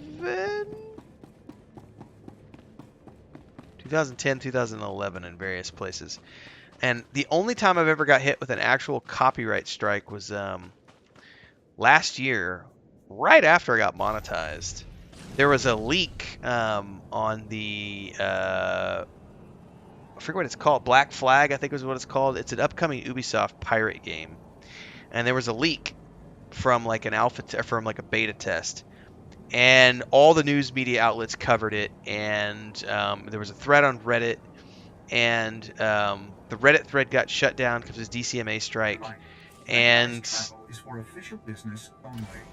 they went on the hunt. Ubisoft went on the hunt for anybody that was sharing footage of the any of the leaked footage from that beta test, and started hitting them with DCMA strikes. Now, I didn't show any footage, however, the website that I was... So, if you've ever seen me do, like, a news piece, I have a website open in the background, and I'm, like, reading that news article, and then I'll put a link to the news article in my YouTube video, and I will read sections of that and then talk about my thoughts around that piece of news.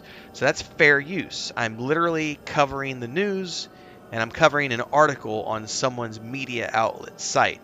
So I was covering the leak on VG247, VG247.com, which is a video game website. They were covering the Black Flag leak.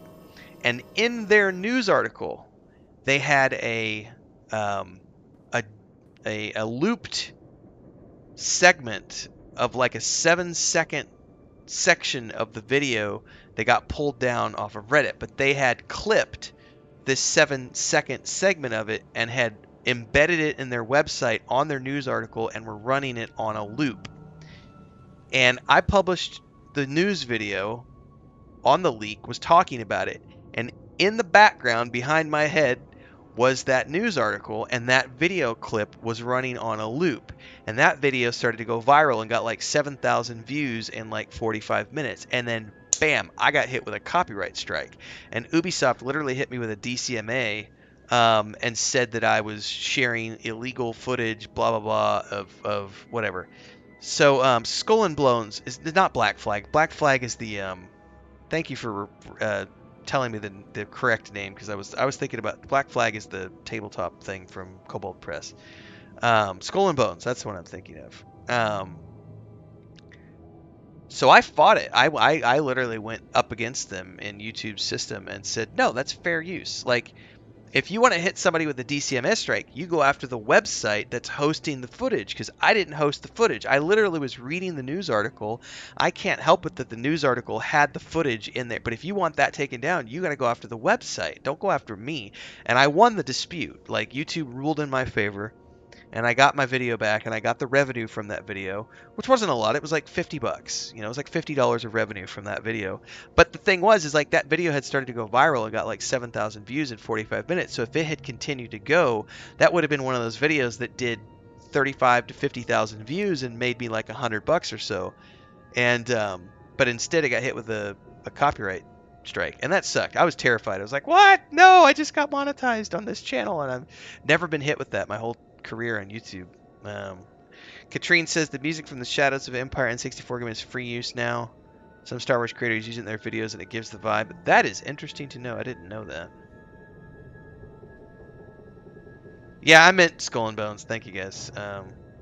I was, for some reason, it was a pirate game. That's all I remembered. Greetings. You are cleared for the following travel routes. It's either really early or really late for Katrine. Actually, I think for Mr. too, because you guys are on the same time zone, I think. Or similar time zone. You might be one time zone off from each other. No, but I'm pretty careful about. I try not to do anything that's going to get me in trouble because this is my main source of income. So I have to toe the line. I did notice the other night. Remember when we were talking about I was playing Pathfinder a few nights ago. We were talking about the Harry Potter stuff and like the J.K. Rowling's politics and other stuff. And I that's a sensitive topic for some people. And that video got hit. And it got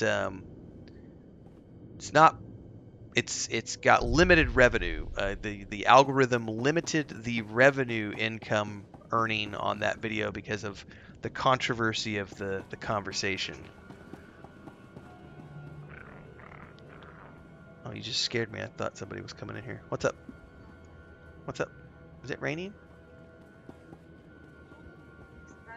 No, I'm checking the weather. I'm not making sense. Make sure you shut the door. Alright.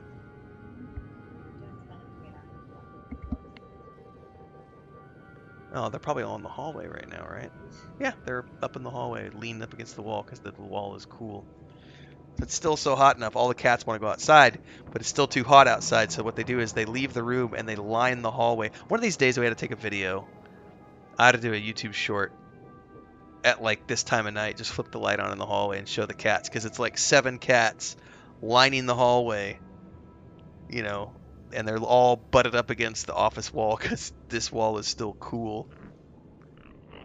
Okay, it's 2:17 a.m. there.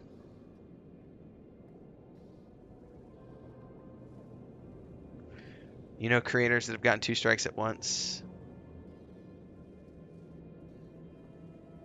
No, they didn't state the exact reason. It just said controversial. It said something about topic. I don't remember. I'd have to go read through the thing. But it's like you have to, if you're gonna make a money, and I get it. I get it. It's kind of like the no shirt, no shoes, no service. You know, businesses are allowed to have their own policies, and if you want to use those platforms, you have to abide by their policies.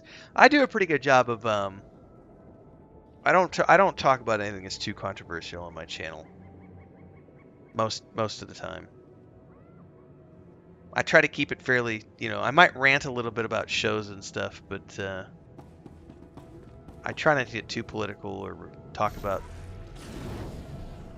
religion or any of those things, because that triggers a lot of people. And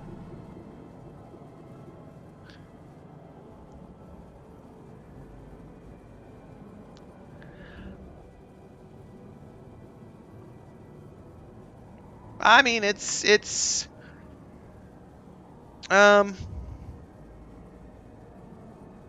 yeah, it is a form. It is a form of.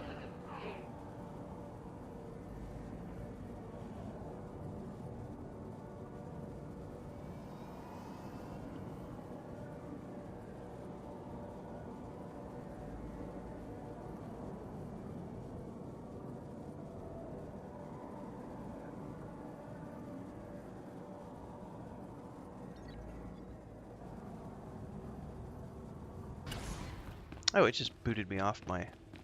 Oh, we're in caves, that's why. Herp derpy.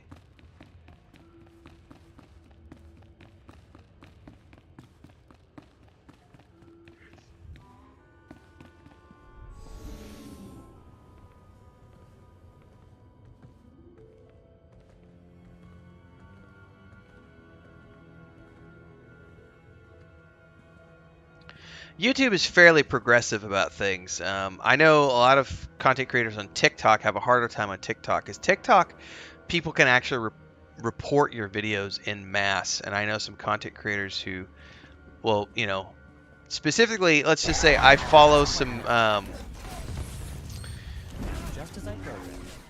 follow some people who are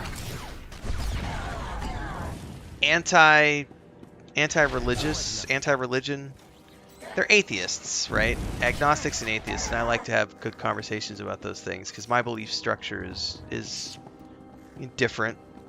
And they will talk about some things sometimes, and they'll get like a whole group of religious people that get all pissed off about a certain topic, and those people will then report the video, and it's like suddenly their account's blocked, and you know, for 4 days or 2 weeks or something, and they can't use it, so they have multiple TikTok accounts, and it's a little crazy. Like, there's really no such thing as free speech if you want to be using the internet, because every platform has its own policies. Really, you haven't heard of us? That's quite enough. Other than maybe Reddit. I think Reddit's a place where kind of anything goes.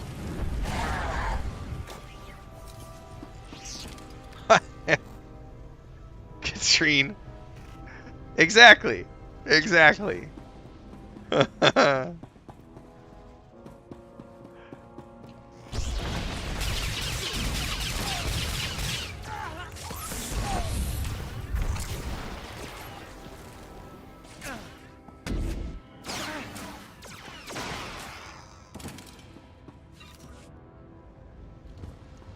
Given your country's gods, it makes even more sense for the arm wrestling comment. That's pretty good.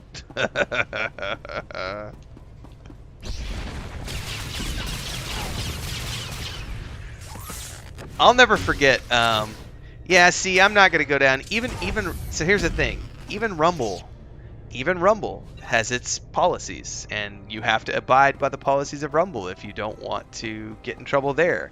Now, their policies might be a little more open than other platforms, but they still have policies. Like, you can't. Here's. I'm trying not to. I don't want to get in trouble for saying anything on my channel, but as an example, you can't just, even their platform, you can't go on and talk about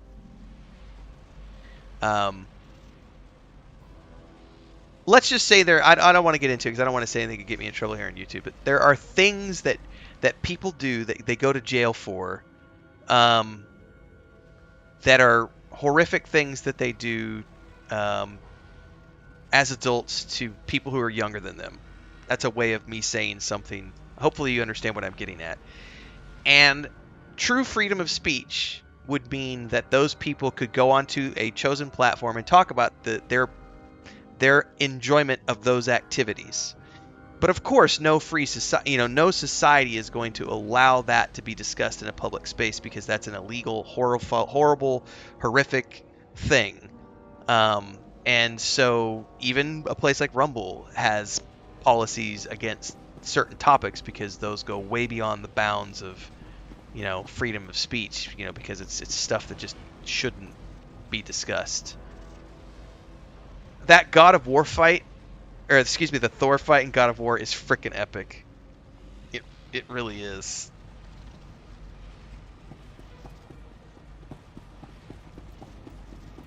I never suspect the scientists.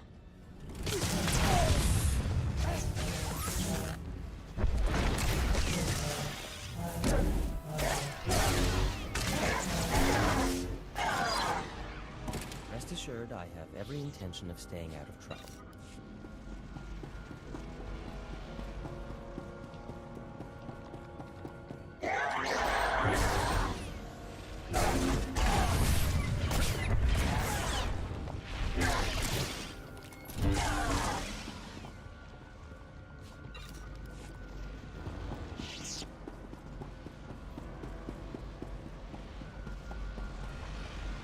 But on that, well, hang on, I'll get sidetracked here. I have another story to tell. But now the reactor will bathe Taris in fire. No black rock, no shadow. The Republic will not spread it. I can cleanse it here, cauterize the flow. I'm not going to allow that. He spoke to the heart of me. Lord Vivicar understands. I don't care about your delusions. Get away from the reactor or I'll kill you. Kill me?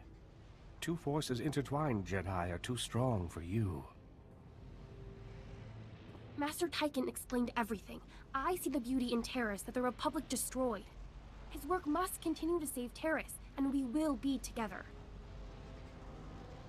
Taris, would a sane master ask you to hurt innocent people? I know this isn't pleasant, but it's necessary. You would devastate an entire planet just on Tychon's say-so? I only want the Republic to... Is that Leia or Smeagol? No, Master. We should find another way. What's this? Such brightness in her, and she dares strike against me? Never. I will not fight you, Master Tychon, but you're ill. When he gets hot, he comes in here because he starts breathing heavy because he goes out and runs around and he comes. It's Smeagol. He'll run around, get hot, and then he'll come in here and be like, "Can I please have the air conditioning?" It's not too late. He was just Step away crying from the out of the reactor door. and I'll take care of the rest. They all turn against me. You brought this darkness here. The purification of Taris will be. Don't let me forget. I have a story to tell after I finish this. I don't want to interrupt the dialogue since I actually need to pay attention to this.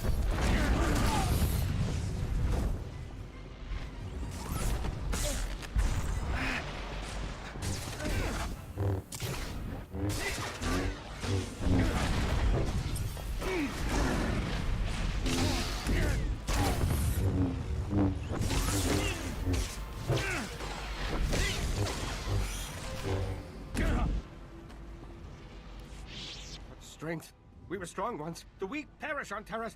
No, please. The darkness comes to swallow me whole. Stay calm. Let me take on your pain.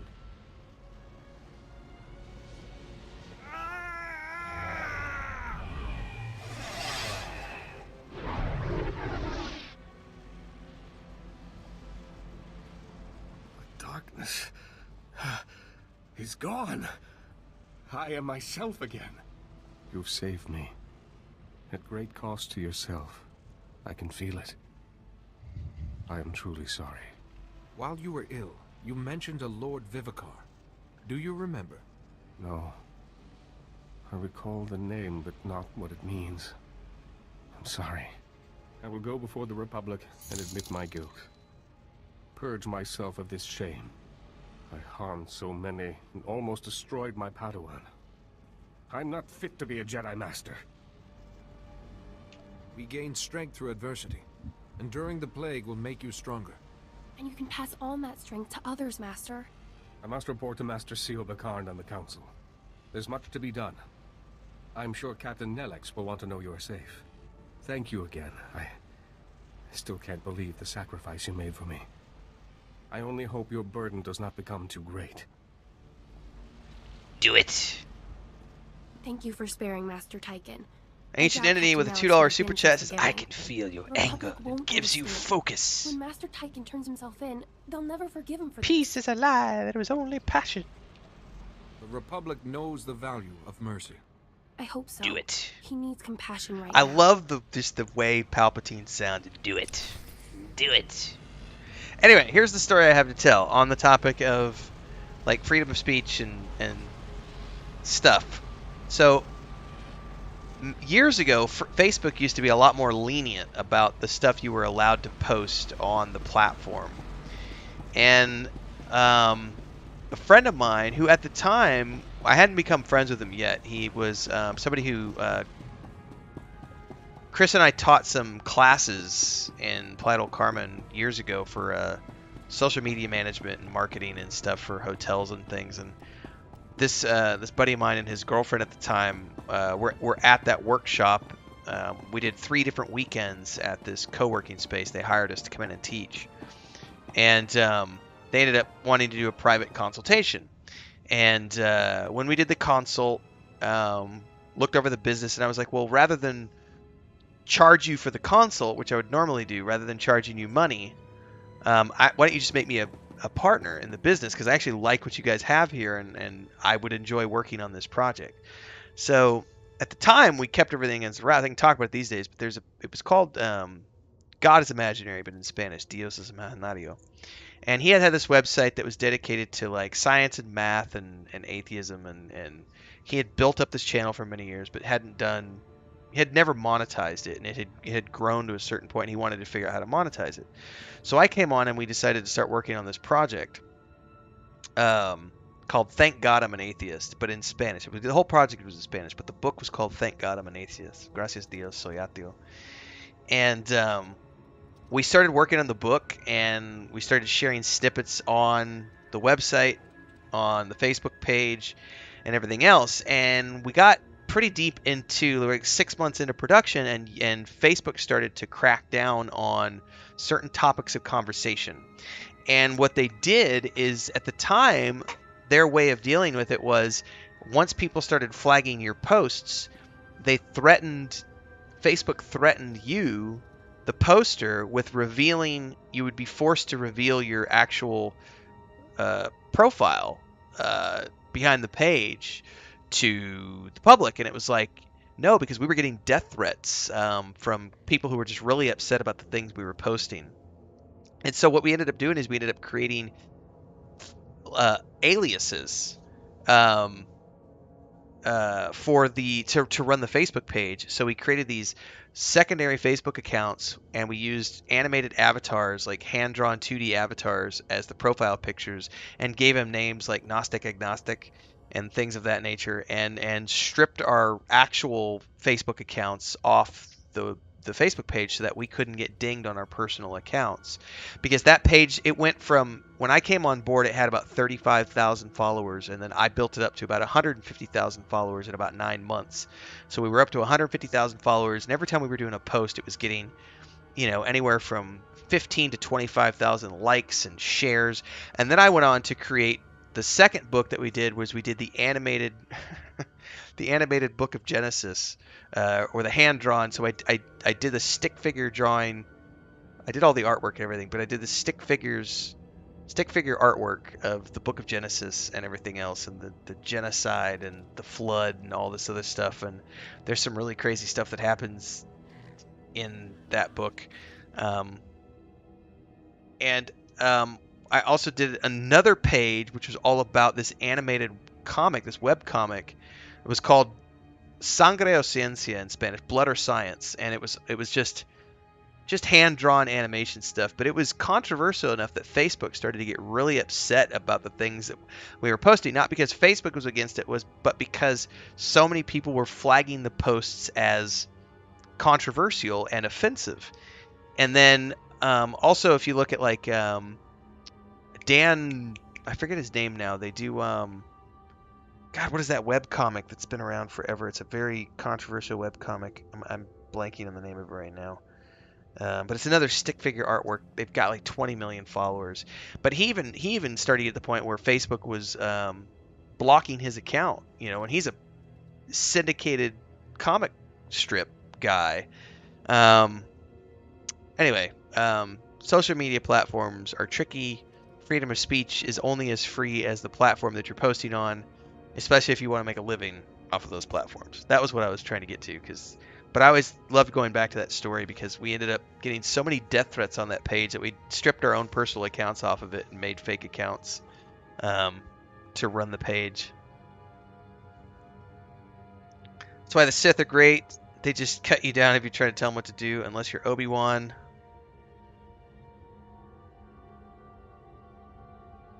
Then they only cut you down when you decide to allow it. Just drop your lightsaber. Obi-Wan's too important to Anakin. He must live.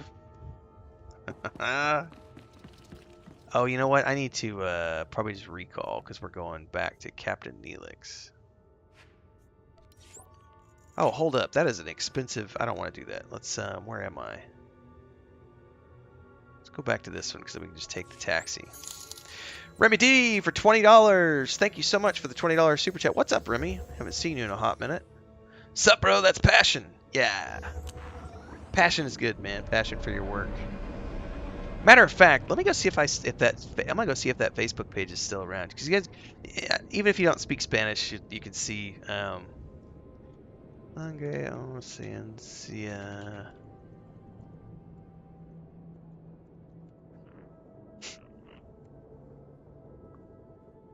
I'd be surprised if that Facebook page still exists, or if they eventually took it down.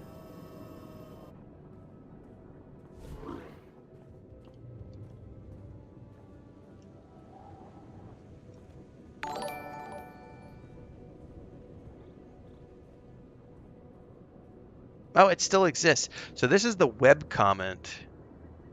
The web comic, excuse me. This is the web comic that I started. And then the main page, which, we abandoned the project years and years and years ago.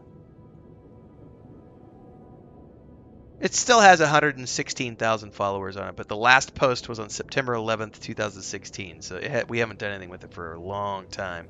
But this is the webcomic that I started years and years and years ago.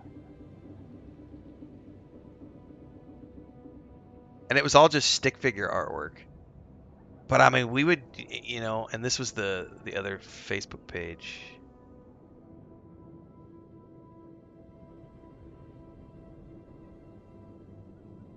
What's up, Smeagol? Now you're wanting to go back out? Come on. Come on. Go on. Go out there and go play.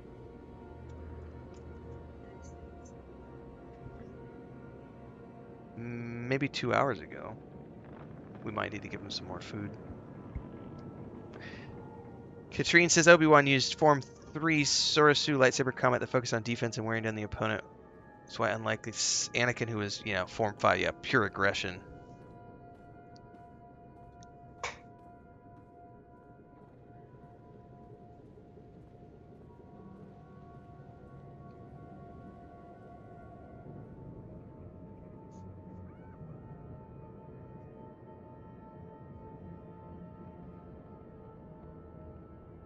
Alright. One more taxi to get back. Reminder, mechanized travel is for official business only.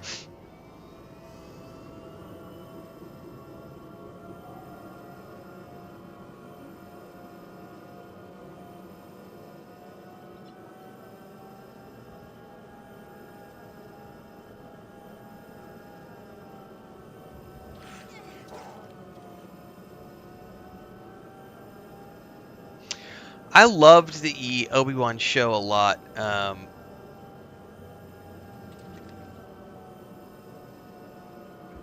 Katrine, Ancient Entity, is asking you about Count Dooku's lightsaber because you had brought it up the other day. I'm sure you saw the comment. I'm just speaking in case you didn't see it. I loved watching in the Obi-Wan show. It's one of the latter episodes before the big fight that happens, where they show a training session between Anakin and Obi-Wan, and it's split up throughout the episode because it's done in flashbacks. But it's all about how Anakin is so focused on the aggression and the offense that he can't see. Like, he gets blinded by that pure aggressive focus. And that's what, you know, something that Obi-Wan is able to exploit, because he's thinking more strategically and defensively, and ultimately why he wins that big battle at the end, which, oh my god, somebody did a supercut of that. I've watched it like 3 or 4 times now, but they did a supercut of that final fight between Anakin and Obi-Wan, and it's just like, it gives me goosebumps, because as good as the Obi-Wan versus Darth Maul fight was, the Obi-Wan versus Anakin fight in Revenge of the Sith was so much better, and then they go and do it in the Obi-Wan show, and it was like, oh my god, why can't we have lightsaber fights like that in all of the movies? Because instead we get these ridiculously boring fights. That's one thing I will absolutely criticize in the new Skywalker Saga films that Disney did. The lightsaber fights suck. They suck so bad. And granted, it's because the people who are wielding the lightsabers are untrained jackasses who have never had any training with lightsabers. But still, it's like so boring to watch compared to the prequel lightsaber sequences. So good.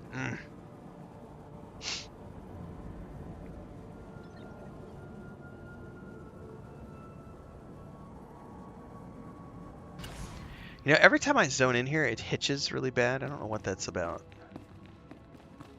It's loading some sort of assets, apparently.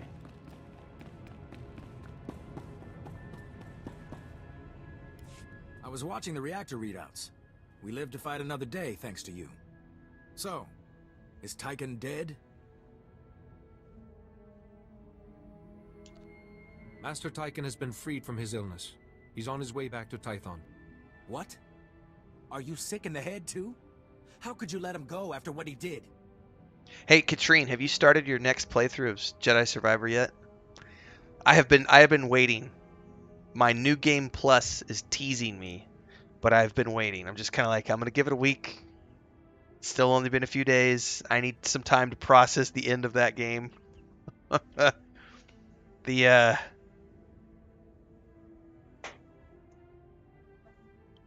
lightsaber, they're not to spoil it for people who might be listening, but Katrine will know what I'm talking about because I'm going to reference this. The library sequence when they brought back the guy who was at the end of the first Jedi Fallen Order game, and she faces that guy again. I don't know if you watched my stream, but I was freaking out. Like I freaked out. That was such an epic, like, oh my god. I do feel like the ending though, like the actual ending when you get to tomorrow, I felt like it was sort of a anticlimactic because what happened before was so like epic and like, oh my god, all this is happening on the planet Jeddah, and then it kind of, you go to the next planet and it's like boom, it's just kind of done with, and you're gotta go off and live happily ever after and raise a kid with Marin.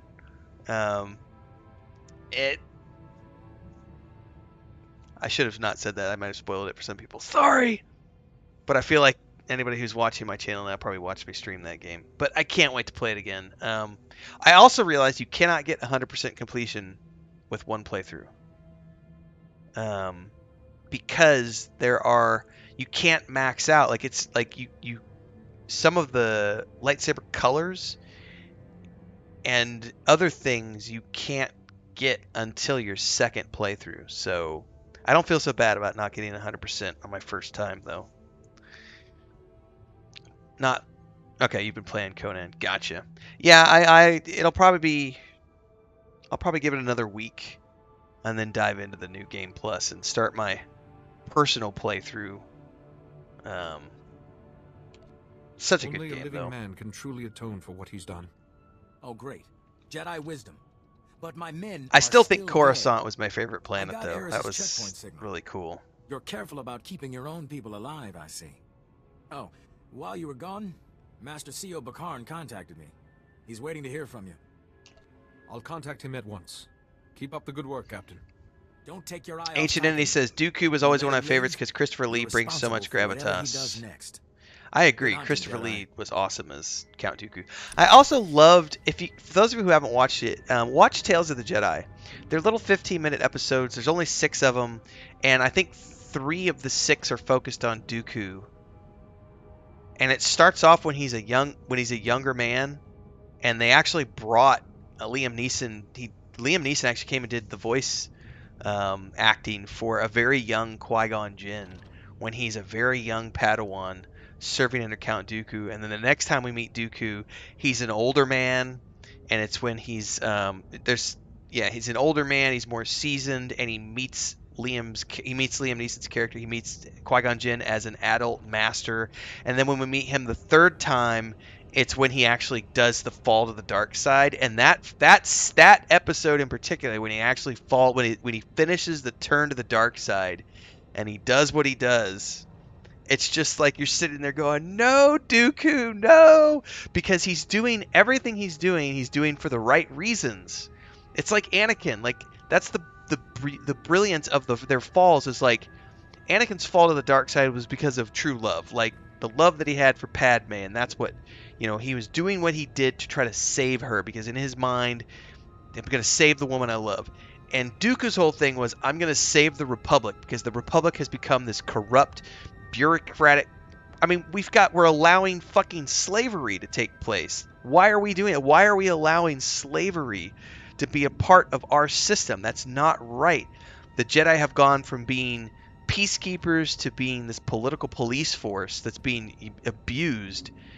And I love Tales of the Jedi, and the fact that I got a second season, I'm so stoked for that. Because, matter of fact, I forgot, I never did the 6th episode. I never reviewed the 6th episode for my channel. I need to make a note for that. Let me put a note up on my. I need to do that next week. Let me go into my notes here.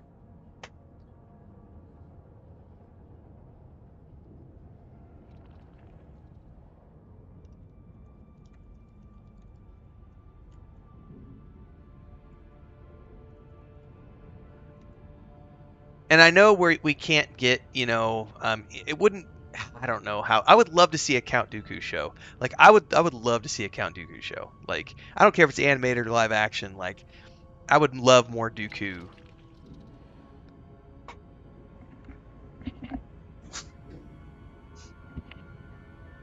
I would just love more Dooku. I think he's a cool character.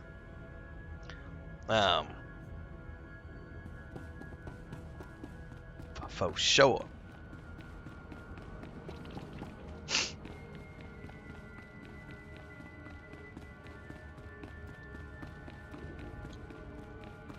Wow, did we just finish Taris? Well, I guess we've been streaming for 2 hours. That's what happens when I drink a triple shot of espresso. Because I was all yawning and shit when I started, and now I'm like, ah! Which means that 4 a.m. wake up is going to kick my ass tomorrow. Because I ain't going to bed early tonight. Oh.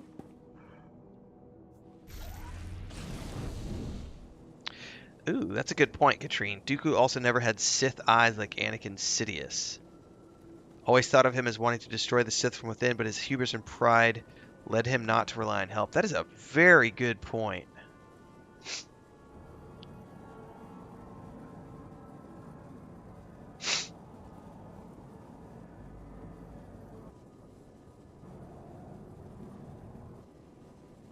Hang on, where's the spaceport?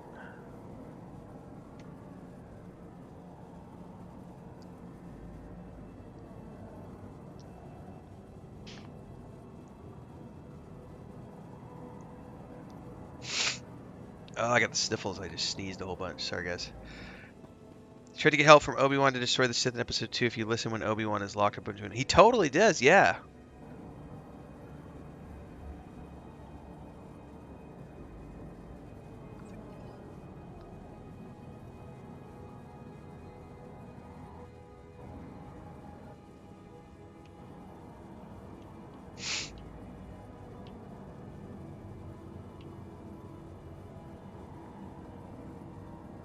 I wish I had time to rewatch the Clone Wars because it's such a good show. Hell, I wish I had time to rewatch Rebels too. Wonder if I have time to rewatch Rebels before the Ahsoka show hits, because the Ahsoka show's in August. That might be doable if I wanted to redo Rebels.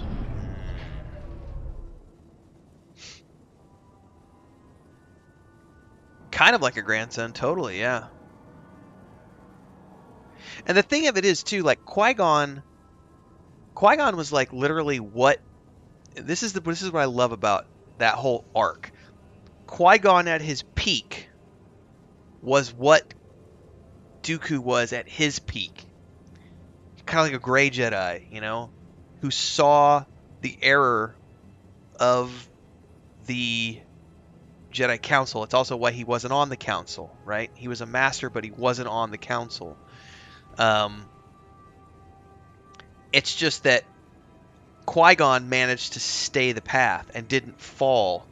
He didn't get so wrapped up in his distrust of the politics and everything else. He just kind of, I don't want to be a part of that, I'd never noticed that about Dooku's eyes either. That's a really good point. Like, he didn't get the whole rage-filled, yellow-tinged, red-tinged, burn you with lightning eyeballs.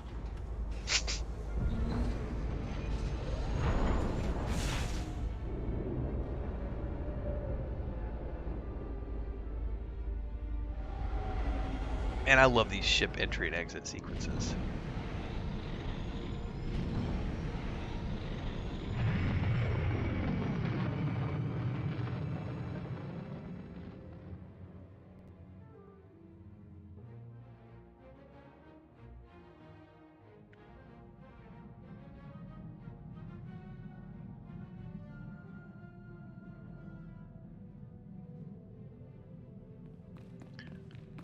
Alright, use my ship's holo terminal. Congratulations for your hard work on Taris. This must have been difficult for you. Master Tychon has already contacted me. A team is on its way to bring him before the Republic courts. Master Tychon deserves an advocate. None of this was his fault. True, but unfortunately, we cannot let word of the plague become public. Master Tychon asked me to pass on his gratitude. We all appreciate the sacrifice your shielding technique requires. You have endured much on Taris, but I have an urgent matter that requires your attention. We received a distress signal from the Republic's starship Karida, and we suspect it's plague-related. Alright, what happened? Relay me the pertinent details. The distress call only reported a Jedi had gone insane and turned on the crew. Of particular interest, the Jedi in question is Lorana Fane, Master Duras Fane's daughter. Fane is on his way back to Tython, but I've asked him to join us over holo. I thought he should be kept informed. Fair enough. I should hope so, Sile. Being a Jedi doesn't stop me from caring about my own daughter. What happened to, no attachments, sir? Katrine says, and Dooku loved Qui-Gon like a son and was so attached to him that his death caused a fracture between him and the Jedi, causing him to become disillusioned and leave. And he discovered the Sith after, while seeking revenge for Qui-Gon, initially infiltrated to get revenge, but he felt he needed more dark powers to be able to become the Emperor. Yeah, it's a Dooku's story is, that's why I said I would love a Dooku show, like a Count Dooku show, whether it's animated or live action, I don't care. I would watch the shit out of that. I think it would be awesome. Do you think the plague is spread through families? No, but this can't be a coincidence either. Vivicar chooses his targets for a reason. You will dock in the ship's forward section, where Lieutenant Bella Wynn and her men have managed to find safety. Find Lorana Fane, shield her if you can, and see what you can learn. Go with care. Alright, well we have our next mission.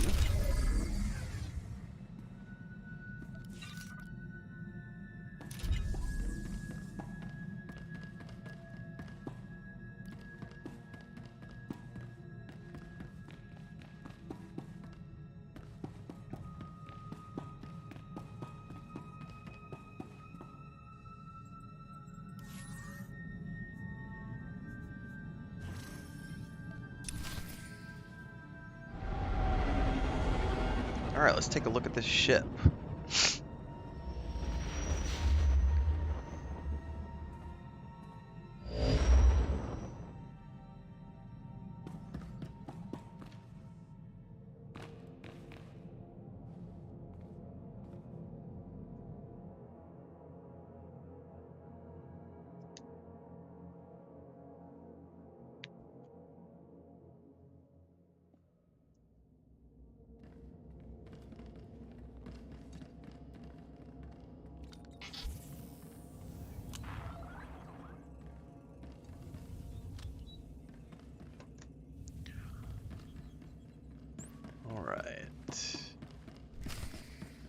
Do I need to sell anything? I don't think so. Ooh, I have some new boots. Any new toys to give to my...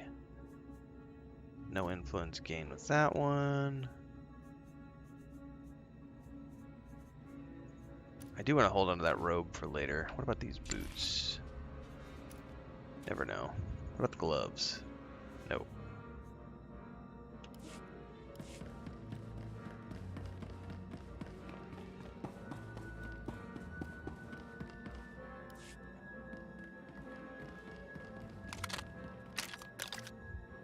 Hold your fire, men! Hold your fire! It's the Jedi the Council sent. Sorry, Jedi. We're all a little on edge. I understand. You have every right to be on edge. Thanks. We've contained Lorana, but I don't know what to do. She was a great passenger at first. Happy, smart, interested in the ship.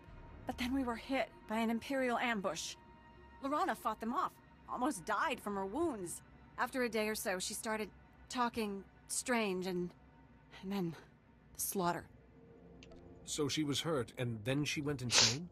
After the ambush, we put out a call for medical assistance, and a Jedi Master answered. He healed her right up. He was odd, though. Had these horrible scars he kept covering. Never said his name. You know, Lorana was different after he left. It's possible he wasn't a Jedi at all. But he healed her. The girl's as strong as a Rancor. It was a struggle, but we managed to trap her in the aft section. If I can just... Lieutenant Wynn, Lorana's slicing into the Carida systems. She's taking over the whole ship. She'll start shutting down life support soon. No! Jedi, please! You're the only one who stands a chance of stopping her. Do whatever you have to. Just don't let Lorana kill any more of my men. Katrine says he has a tragic arc like Anakin, a good deleted scene in episode 3 of Obi-Wan. Yeah, with the Jedi, checking the Jedi Librarian about Dooku, and she talks about how he was the best of the Jedi. I won't let you down. Thank you. I'll release the lockdown. I don't know that I've seen that scene. But I won't risk Lorana getting out. There's a comm device back there. Contact me when you've taken that care of scene her, might be a better way to release say the that. lockdown again so you can leave. Good luck. Ancient Eddie says, I'm a man of simple taste. I like Dooku's curvy lightsaber handle. It is a cool lightsaber. I think for me the moment was one of the most interesting moments is like at the end, Count Dooku's end, when he realizes that everything he's done has been that he's been lied to the whole time. When Anakin's got the lightsabers at his throat and he's, you know, there at the end in front of Darth Sidious, and he realizes that everything he's done has been for nothing, that he was never the person that he thought he was. Like, he was never that, you know, the actual apprentice. He was never, you know, it was always about getting to Anakin and getting to, you know, the next step. And, you know, it's a tragic, the end of that arc is so tragic. By the way, spoiler alert, Count Dooku dies.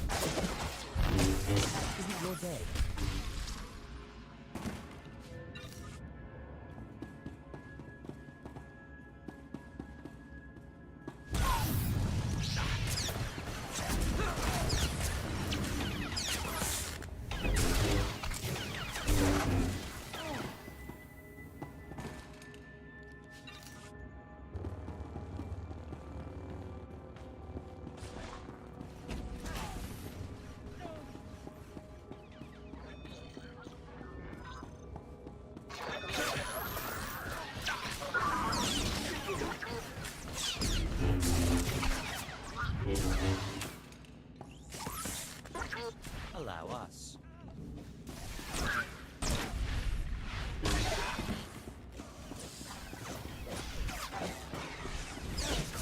That's quite enough of that.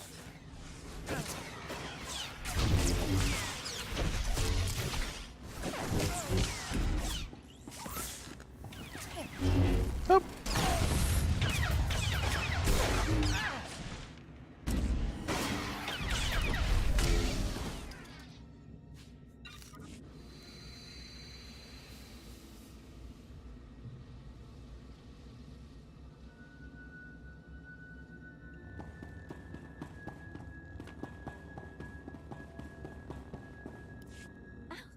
What have we here? A little engineer poking around where he shouldn't. I wonder what this button does. Oh, was that the airlock? Silly me. Bye-bye, little engineer.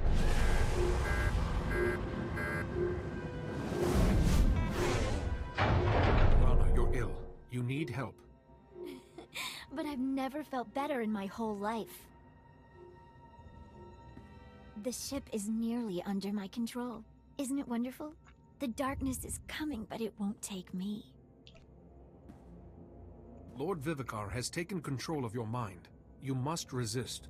Lord Vivicar, the nice man who healed me, he warned me about you. But you're not going to kill me, Jedi. I won't let you.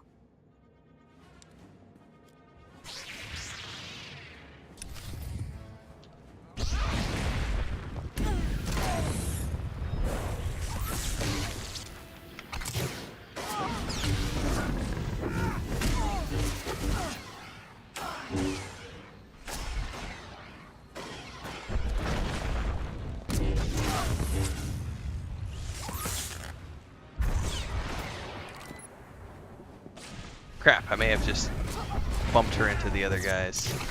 No! We may have to fight. Oh, we're good, I think. Oh! She's gonna run? Did she just eat me and run? No! I won't let the darkness take me. Go away or I'll open the airlock. I'd rather die than be taken. You don't want to release the airlock. You want to come to me. I want to come to you. I won't release the airlock.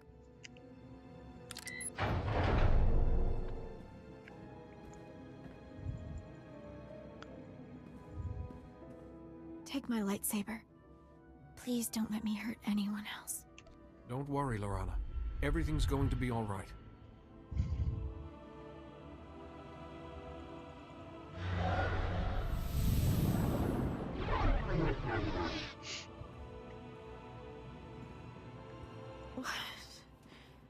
What did you do? You look so weak. But Lord Vivicar's voice is gone. The voice in my head. How did you do it? A shielding ritual that blocks Vivicar's influence. The same ritual that saved your father. But it's taken a lot out of you. And the difference for me, it's like night and day. I just can't believe I let that monster make me do those terrible things. I'm sorry. I'm going to lock myself in the brig until we reach a port. I don't trust myself.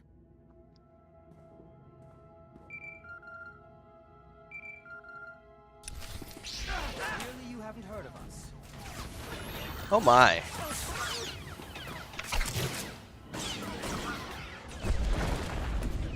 Just as I programmed.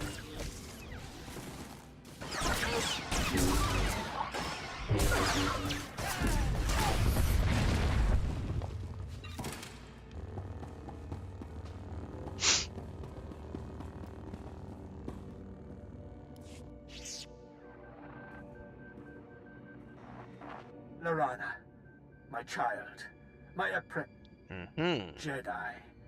So, you have robbed me of a most promising student. As if that will delay the inevitable. You Jedi are an endless source of amusement. The light will always triumph over the darkness, Vivicar. Ah, yes. Those platitudes are so familiar. I once thought the same thing. There is no emotion, only peace. I believed, but the teachings of the Dark Lord Tarek Morridge showed me the error of my ways.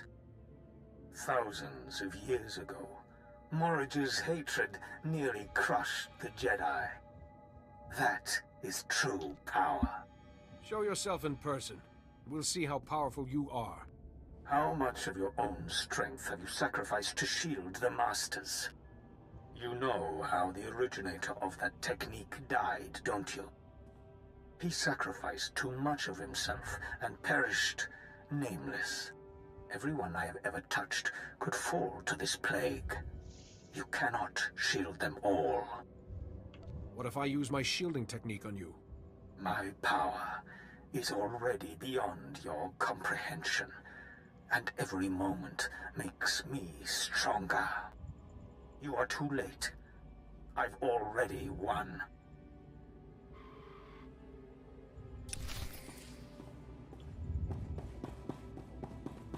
At least we finally get to put a face to the name.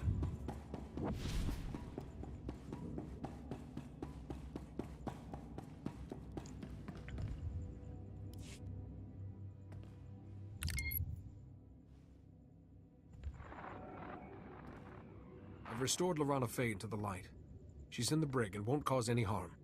Are you sure, Jedi? I mean, she killed a lot of my people. You're perfectly safe. I trust you. You saved our lives, and if Lorana's in the brig, she should be secure there. I'll report back to Master CO immediately. You should do the same. Once we get the ship back under control, we'll set a course for Coruscant. Thank you for everything, Jedi. It's just how I roll.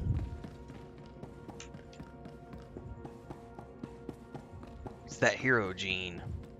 Gotta save the day.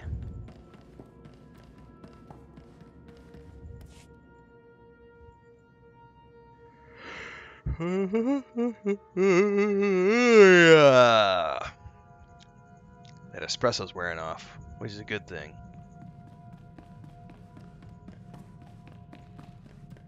What is it? Tatooine is next, I think? Alderaan and Tatooine? I've just received Bellowin's report. I'm so glad Lorana Fane is shielded and well. Thank you for my daughter's life. I have to go to her. Did you manage to learn anything more about Lord Vivicar, the Plague Master? He claimed that he was once a member of our order. I'm listening. So this scarred man who healed Lorana Fane is Lord Vivicar. Amazing work, Jedi. Still no leads on how to find him, but we do know more about his plague. Hopefully we can put that information to good use. Unfortunately, we now have the chance. 2 more Jedi Masters have now gone silent. In their last transmissions, both Masters said, the darkness... Yeah, I'm almost done here myself, Katrine. I'm waiting for this sequence to... I'm wrapping up now. 9 o'clock here, so I gotta get up at 4 o'clock in the morning and go for a run, so... Good night, Katrine. Thank you for hanging out with us so late. I appreciate it. And for the Star Wars juicy details. It may be a false alarm. I hope so. However, both Masters were friends with Sin Tychon and Duras Fane. May the Force be with you on Tatooine and Alderaan. Tatooine and Alderaan. Well, that's going to be next time, everybody, because it's also my bedtime. But let's talk a little bit briefly about what's coming down the pipeline over the weekend before I wrap up. First and foremost, thanks to Ancient Entity and Remy D for the super chats tonight. I really appreciate the support. For those of you who are following along, if you're watching this after the fact, or if you're here live and you like what you see, don't forget to like, subscribe, and hit the bell icon so you never miss an update. Tomorrow, I've got some stuff already pre-recorded, so first thing in the morning tomorrow morning, we've got a playthrough of the Sith Inquisitor storyline. Early. At 7 a.m. Also, first thing in the morning at 5 a.m., 6 a.m. Central, sorry. Albion Online. I tried Albion Online for the first time, so I've got my first impressions video coming out tomorrow morning at 6 a.m. Then at 8 a.m. Central is the Sith Inquisitor storyline. Those are happening tomorrow morning. If the internet's good, as always, everything is predicated on, is my internet going to be up or not? If the internet is up, I should be streaming tomorrow afternoon-ish. Like, late, you know, I've been trying to do something around noon, and then coming back and doing something in the evening around 6 or 7 Central Time. So, theoretically, I'll hold the same schedule tomorrow. I've got to do some reading tomorrow. I'm planning on doing the first chapter of Dune tomorrow for the upcoming Decoding Dune series to launch next week. And also going to watch episode 2 of Silo and get that up for review. If you haven't watched my review of that yet, I launched that this morning. Very good sci-fi show. Highly recommend it. So check it out. Ancient says, had a great time off to the DMZ zone a bit before bed. Awesome. Have fun. Pew pew some bad guys for me, man. Alright guys, I'm going to go help Chris with whatever late night chores need to be done. It's 9 p.m. our time, so we're going to be heading to bed. Hopefully I'll see everybody tomorrow. Depends on the internet and everything else. Thanks so much for the support. If you're ever here after the fact, everybody, you can always support with super chats, or you can join as a member of the channel. We do fun private videos and polls and stuff for our members, some other fun stuff. Don't forget to check out the Discord. Links are down below. Tomorrow I will be streaming, assuming the internet's good. I believe tomorrow is Pathfinder, right? I'm double checking because I've been rotating EverQuest 2, Lord of the Rings Online, Star Wars: The Republic, and then Pathfinder. So yeah, tomorrow's Pathfinder or Kingmaker. So whatever, you know, if I'm streaming tomorrow, it'll be Pathfinder. All right, folks. See you next time. Have a good night, everybody.